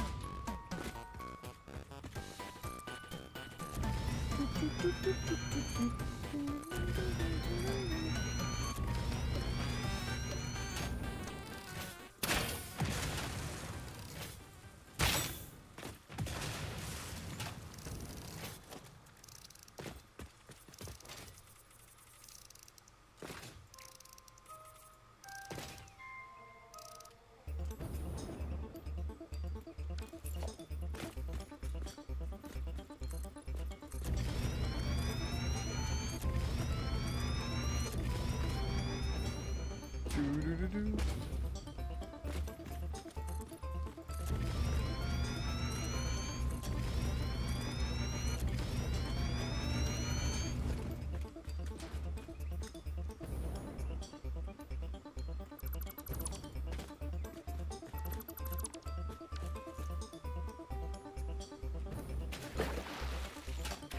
We'll leave it.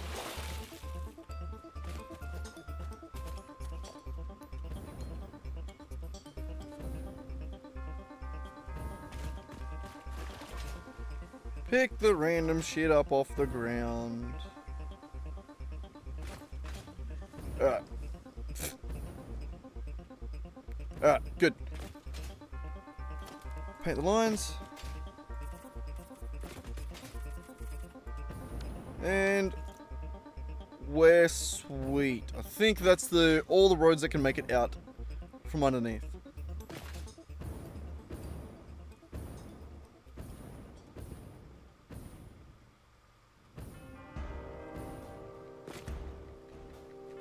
What I think I might do though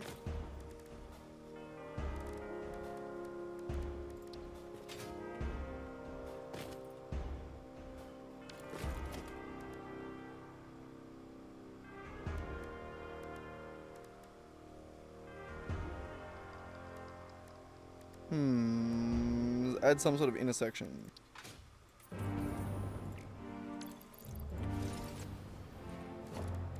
I don't know if this is going to look clean enough.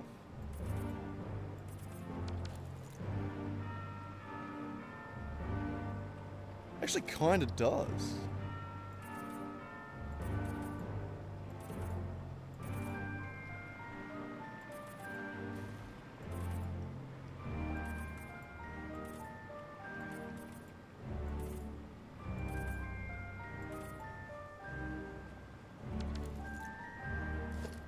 It's actually not bad.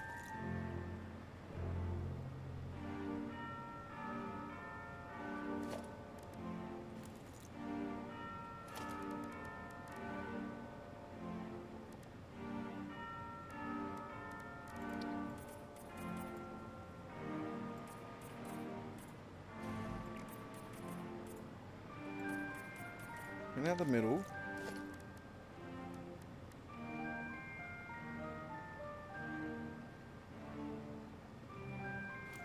You like the bluey purple? That I was almost like, we might end up changing that later. Like we'll come back around and like color things in like Christmas colors, I think, to do like the Christmas themed stuff. But yeah.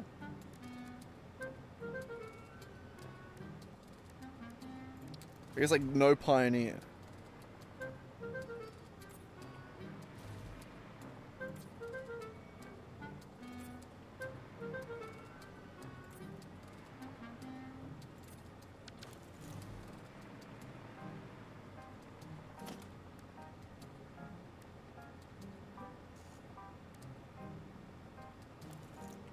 Alright, and then we could definitely have arrows getting around.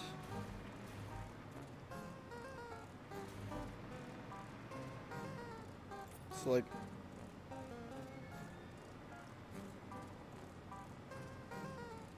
actually I think in, no.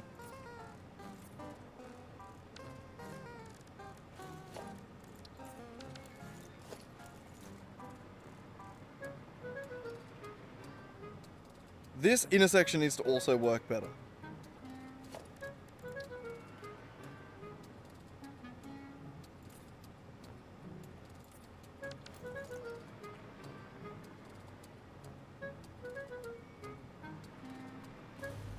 Is it?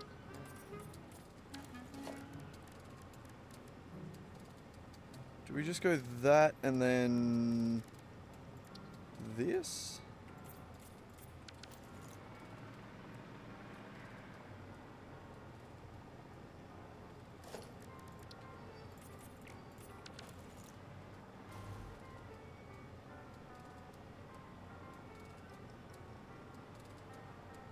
I kind of fuck with it.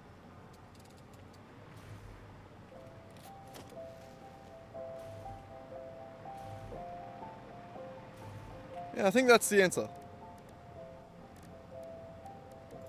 It's the best answer I got, at least.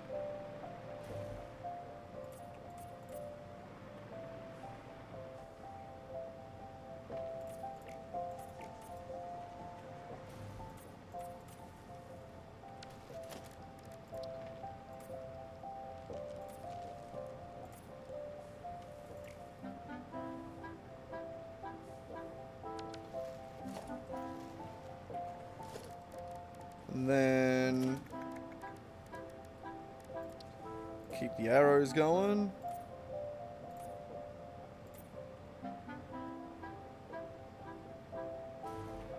Can't put that there, can I? No, that's fine.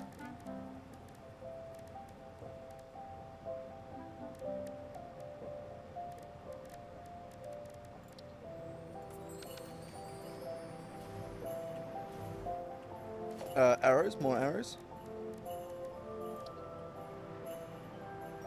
And he goes in the second one in.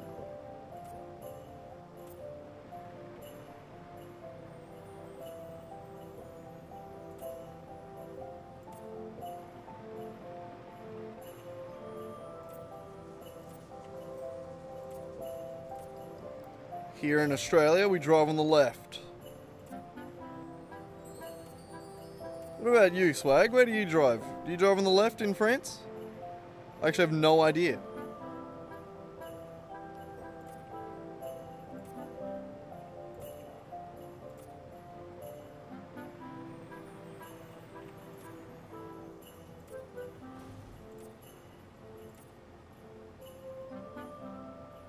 Drive on the right? But you don't, you drive on the left, that's fair. Yeah. Oh, I get you. That's clearly what you meant by that, isn't it? Yeah. And there we go. Look at all those arrows. Look at all those arrows.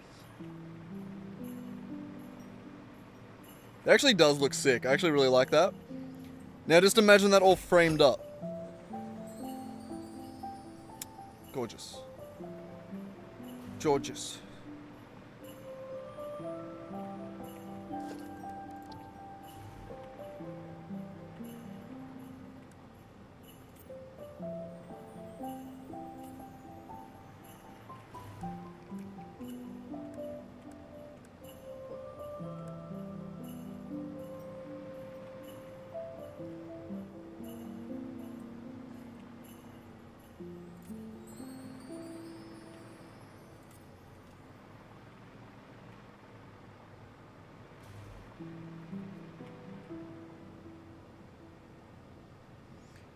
Now, I probably won't use all 8 of them. A lot of them will be quite decorative. But that's fine. I quite like that.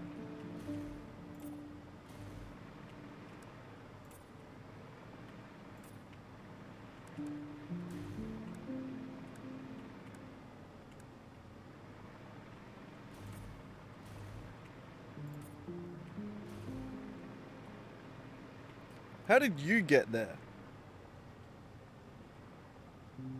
Would you slowly burrow your way through the concrete? Jesus.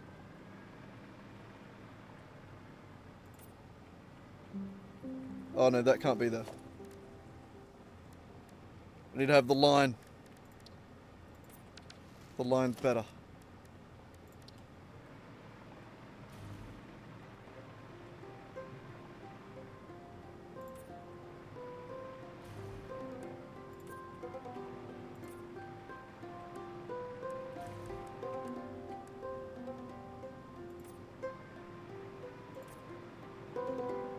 I should be doing those on the opposite direction, but I'm an idiot.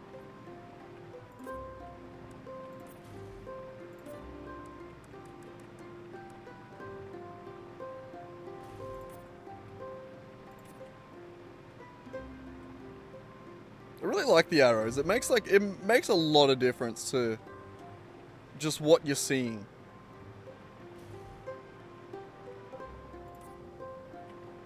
Actually, that I'll put here.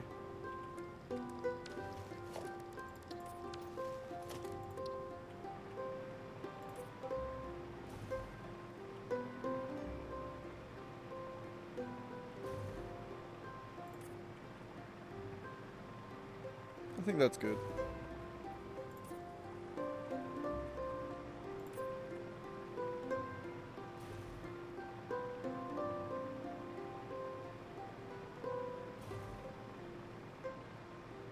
I think there's a fairly good chance we use a lot of these roads though.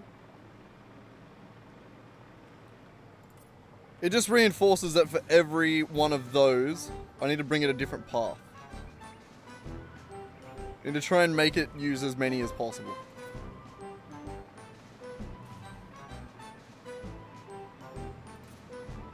I love the idea of this factory being as, like, it's going to be 100% efficient. But in a way that's like, what, how? You know what I mean?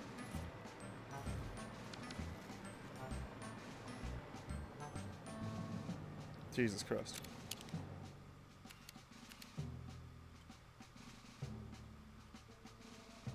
Well, that was a different material then, that just perfectly lined up.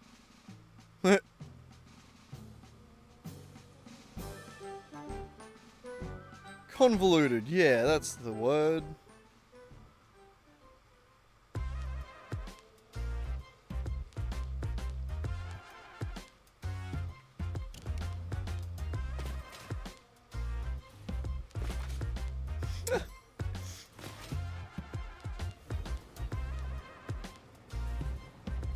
Alright, so if this tractor was going from here down to the thing, it would have to go this way, turn over here, down here, probably left. I don't know, I didn't check the directions. Oh no, I would have gone straight and then turned left that way.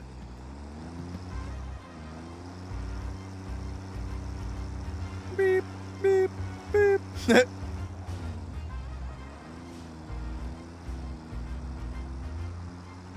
I would have gone here and then we'll turn left here down into like a loading station for these two down there.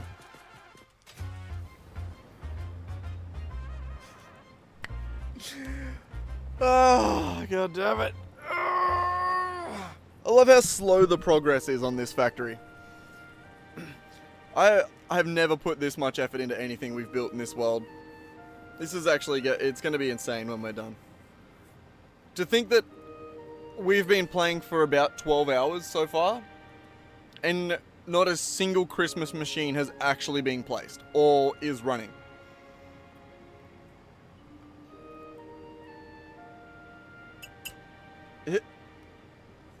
We have not placed a single Christmas tree yet.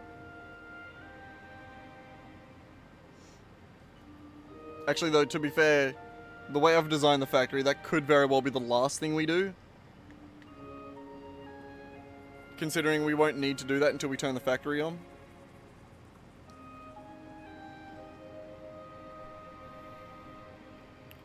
God, it's beautiful.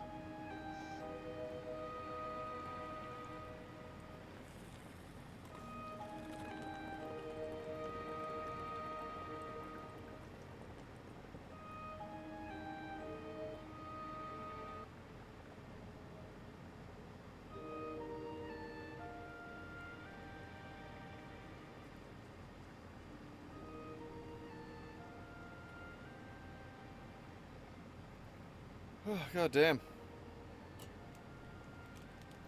feel like I need to go for a walk or something. It is 2:30 though, so I probably should be getting ready to head into Dad's soon. Yeah, no, I'm excited. So trains are the one I'm curious of. What do we do when we get trains?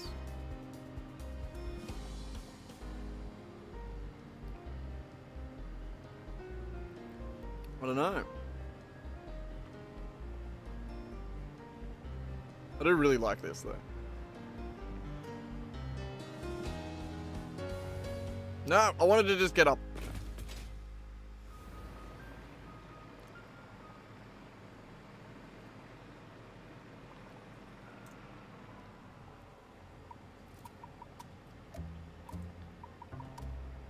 Oh yeah, the amount of smelters is crazy.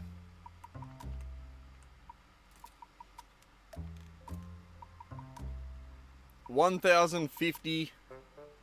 Yeah. 1,050. 600 plus 450. Oh my god.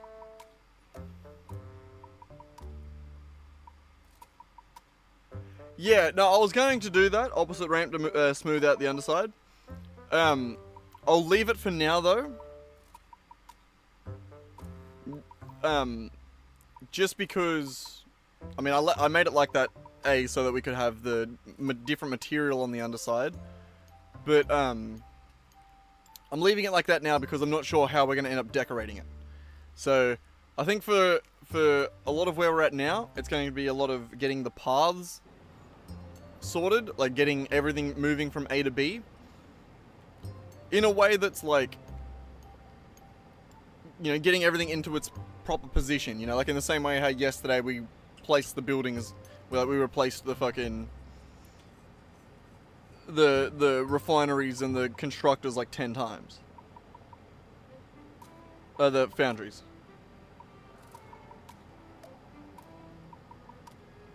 I think I'm happy enough with this underground road here that I'm not gonna tear it up and replace it like we did yesterday.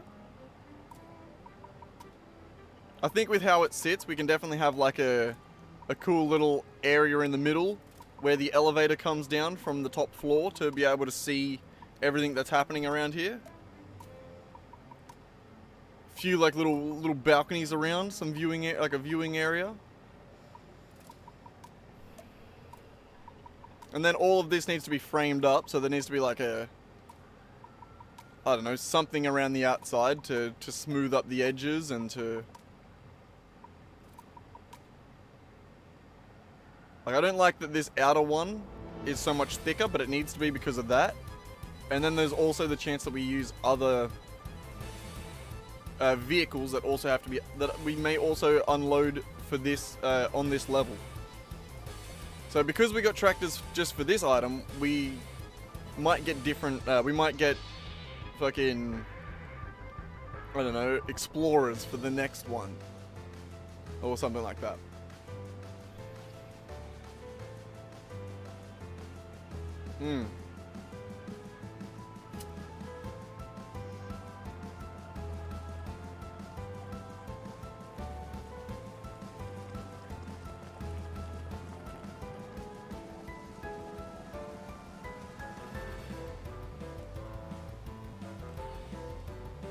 Yeah, I don't know, there's lots we could do.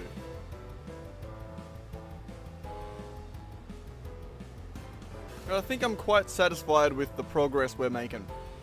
It's definitely coming together pretty fucking cool.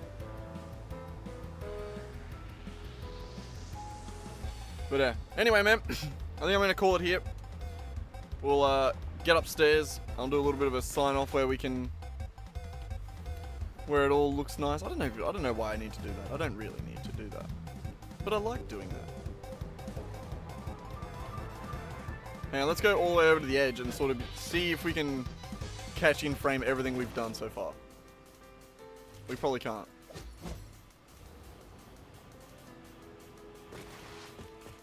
What do we get?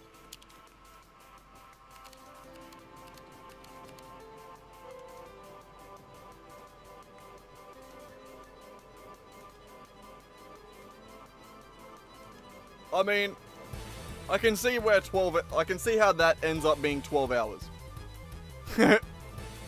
It is a lot. It is a mouthful. Oh.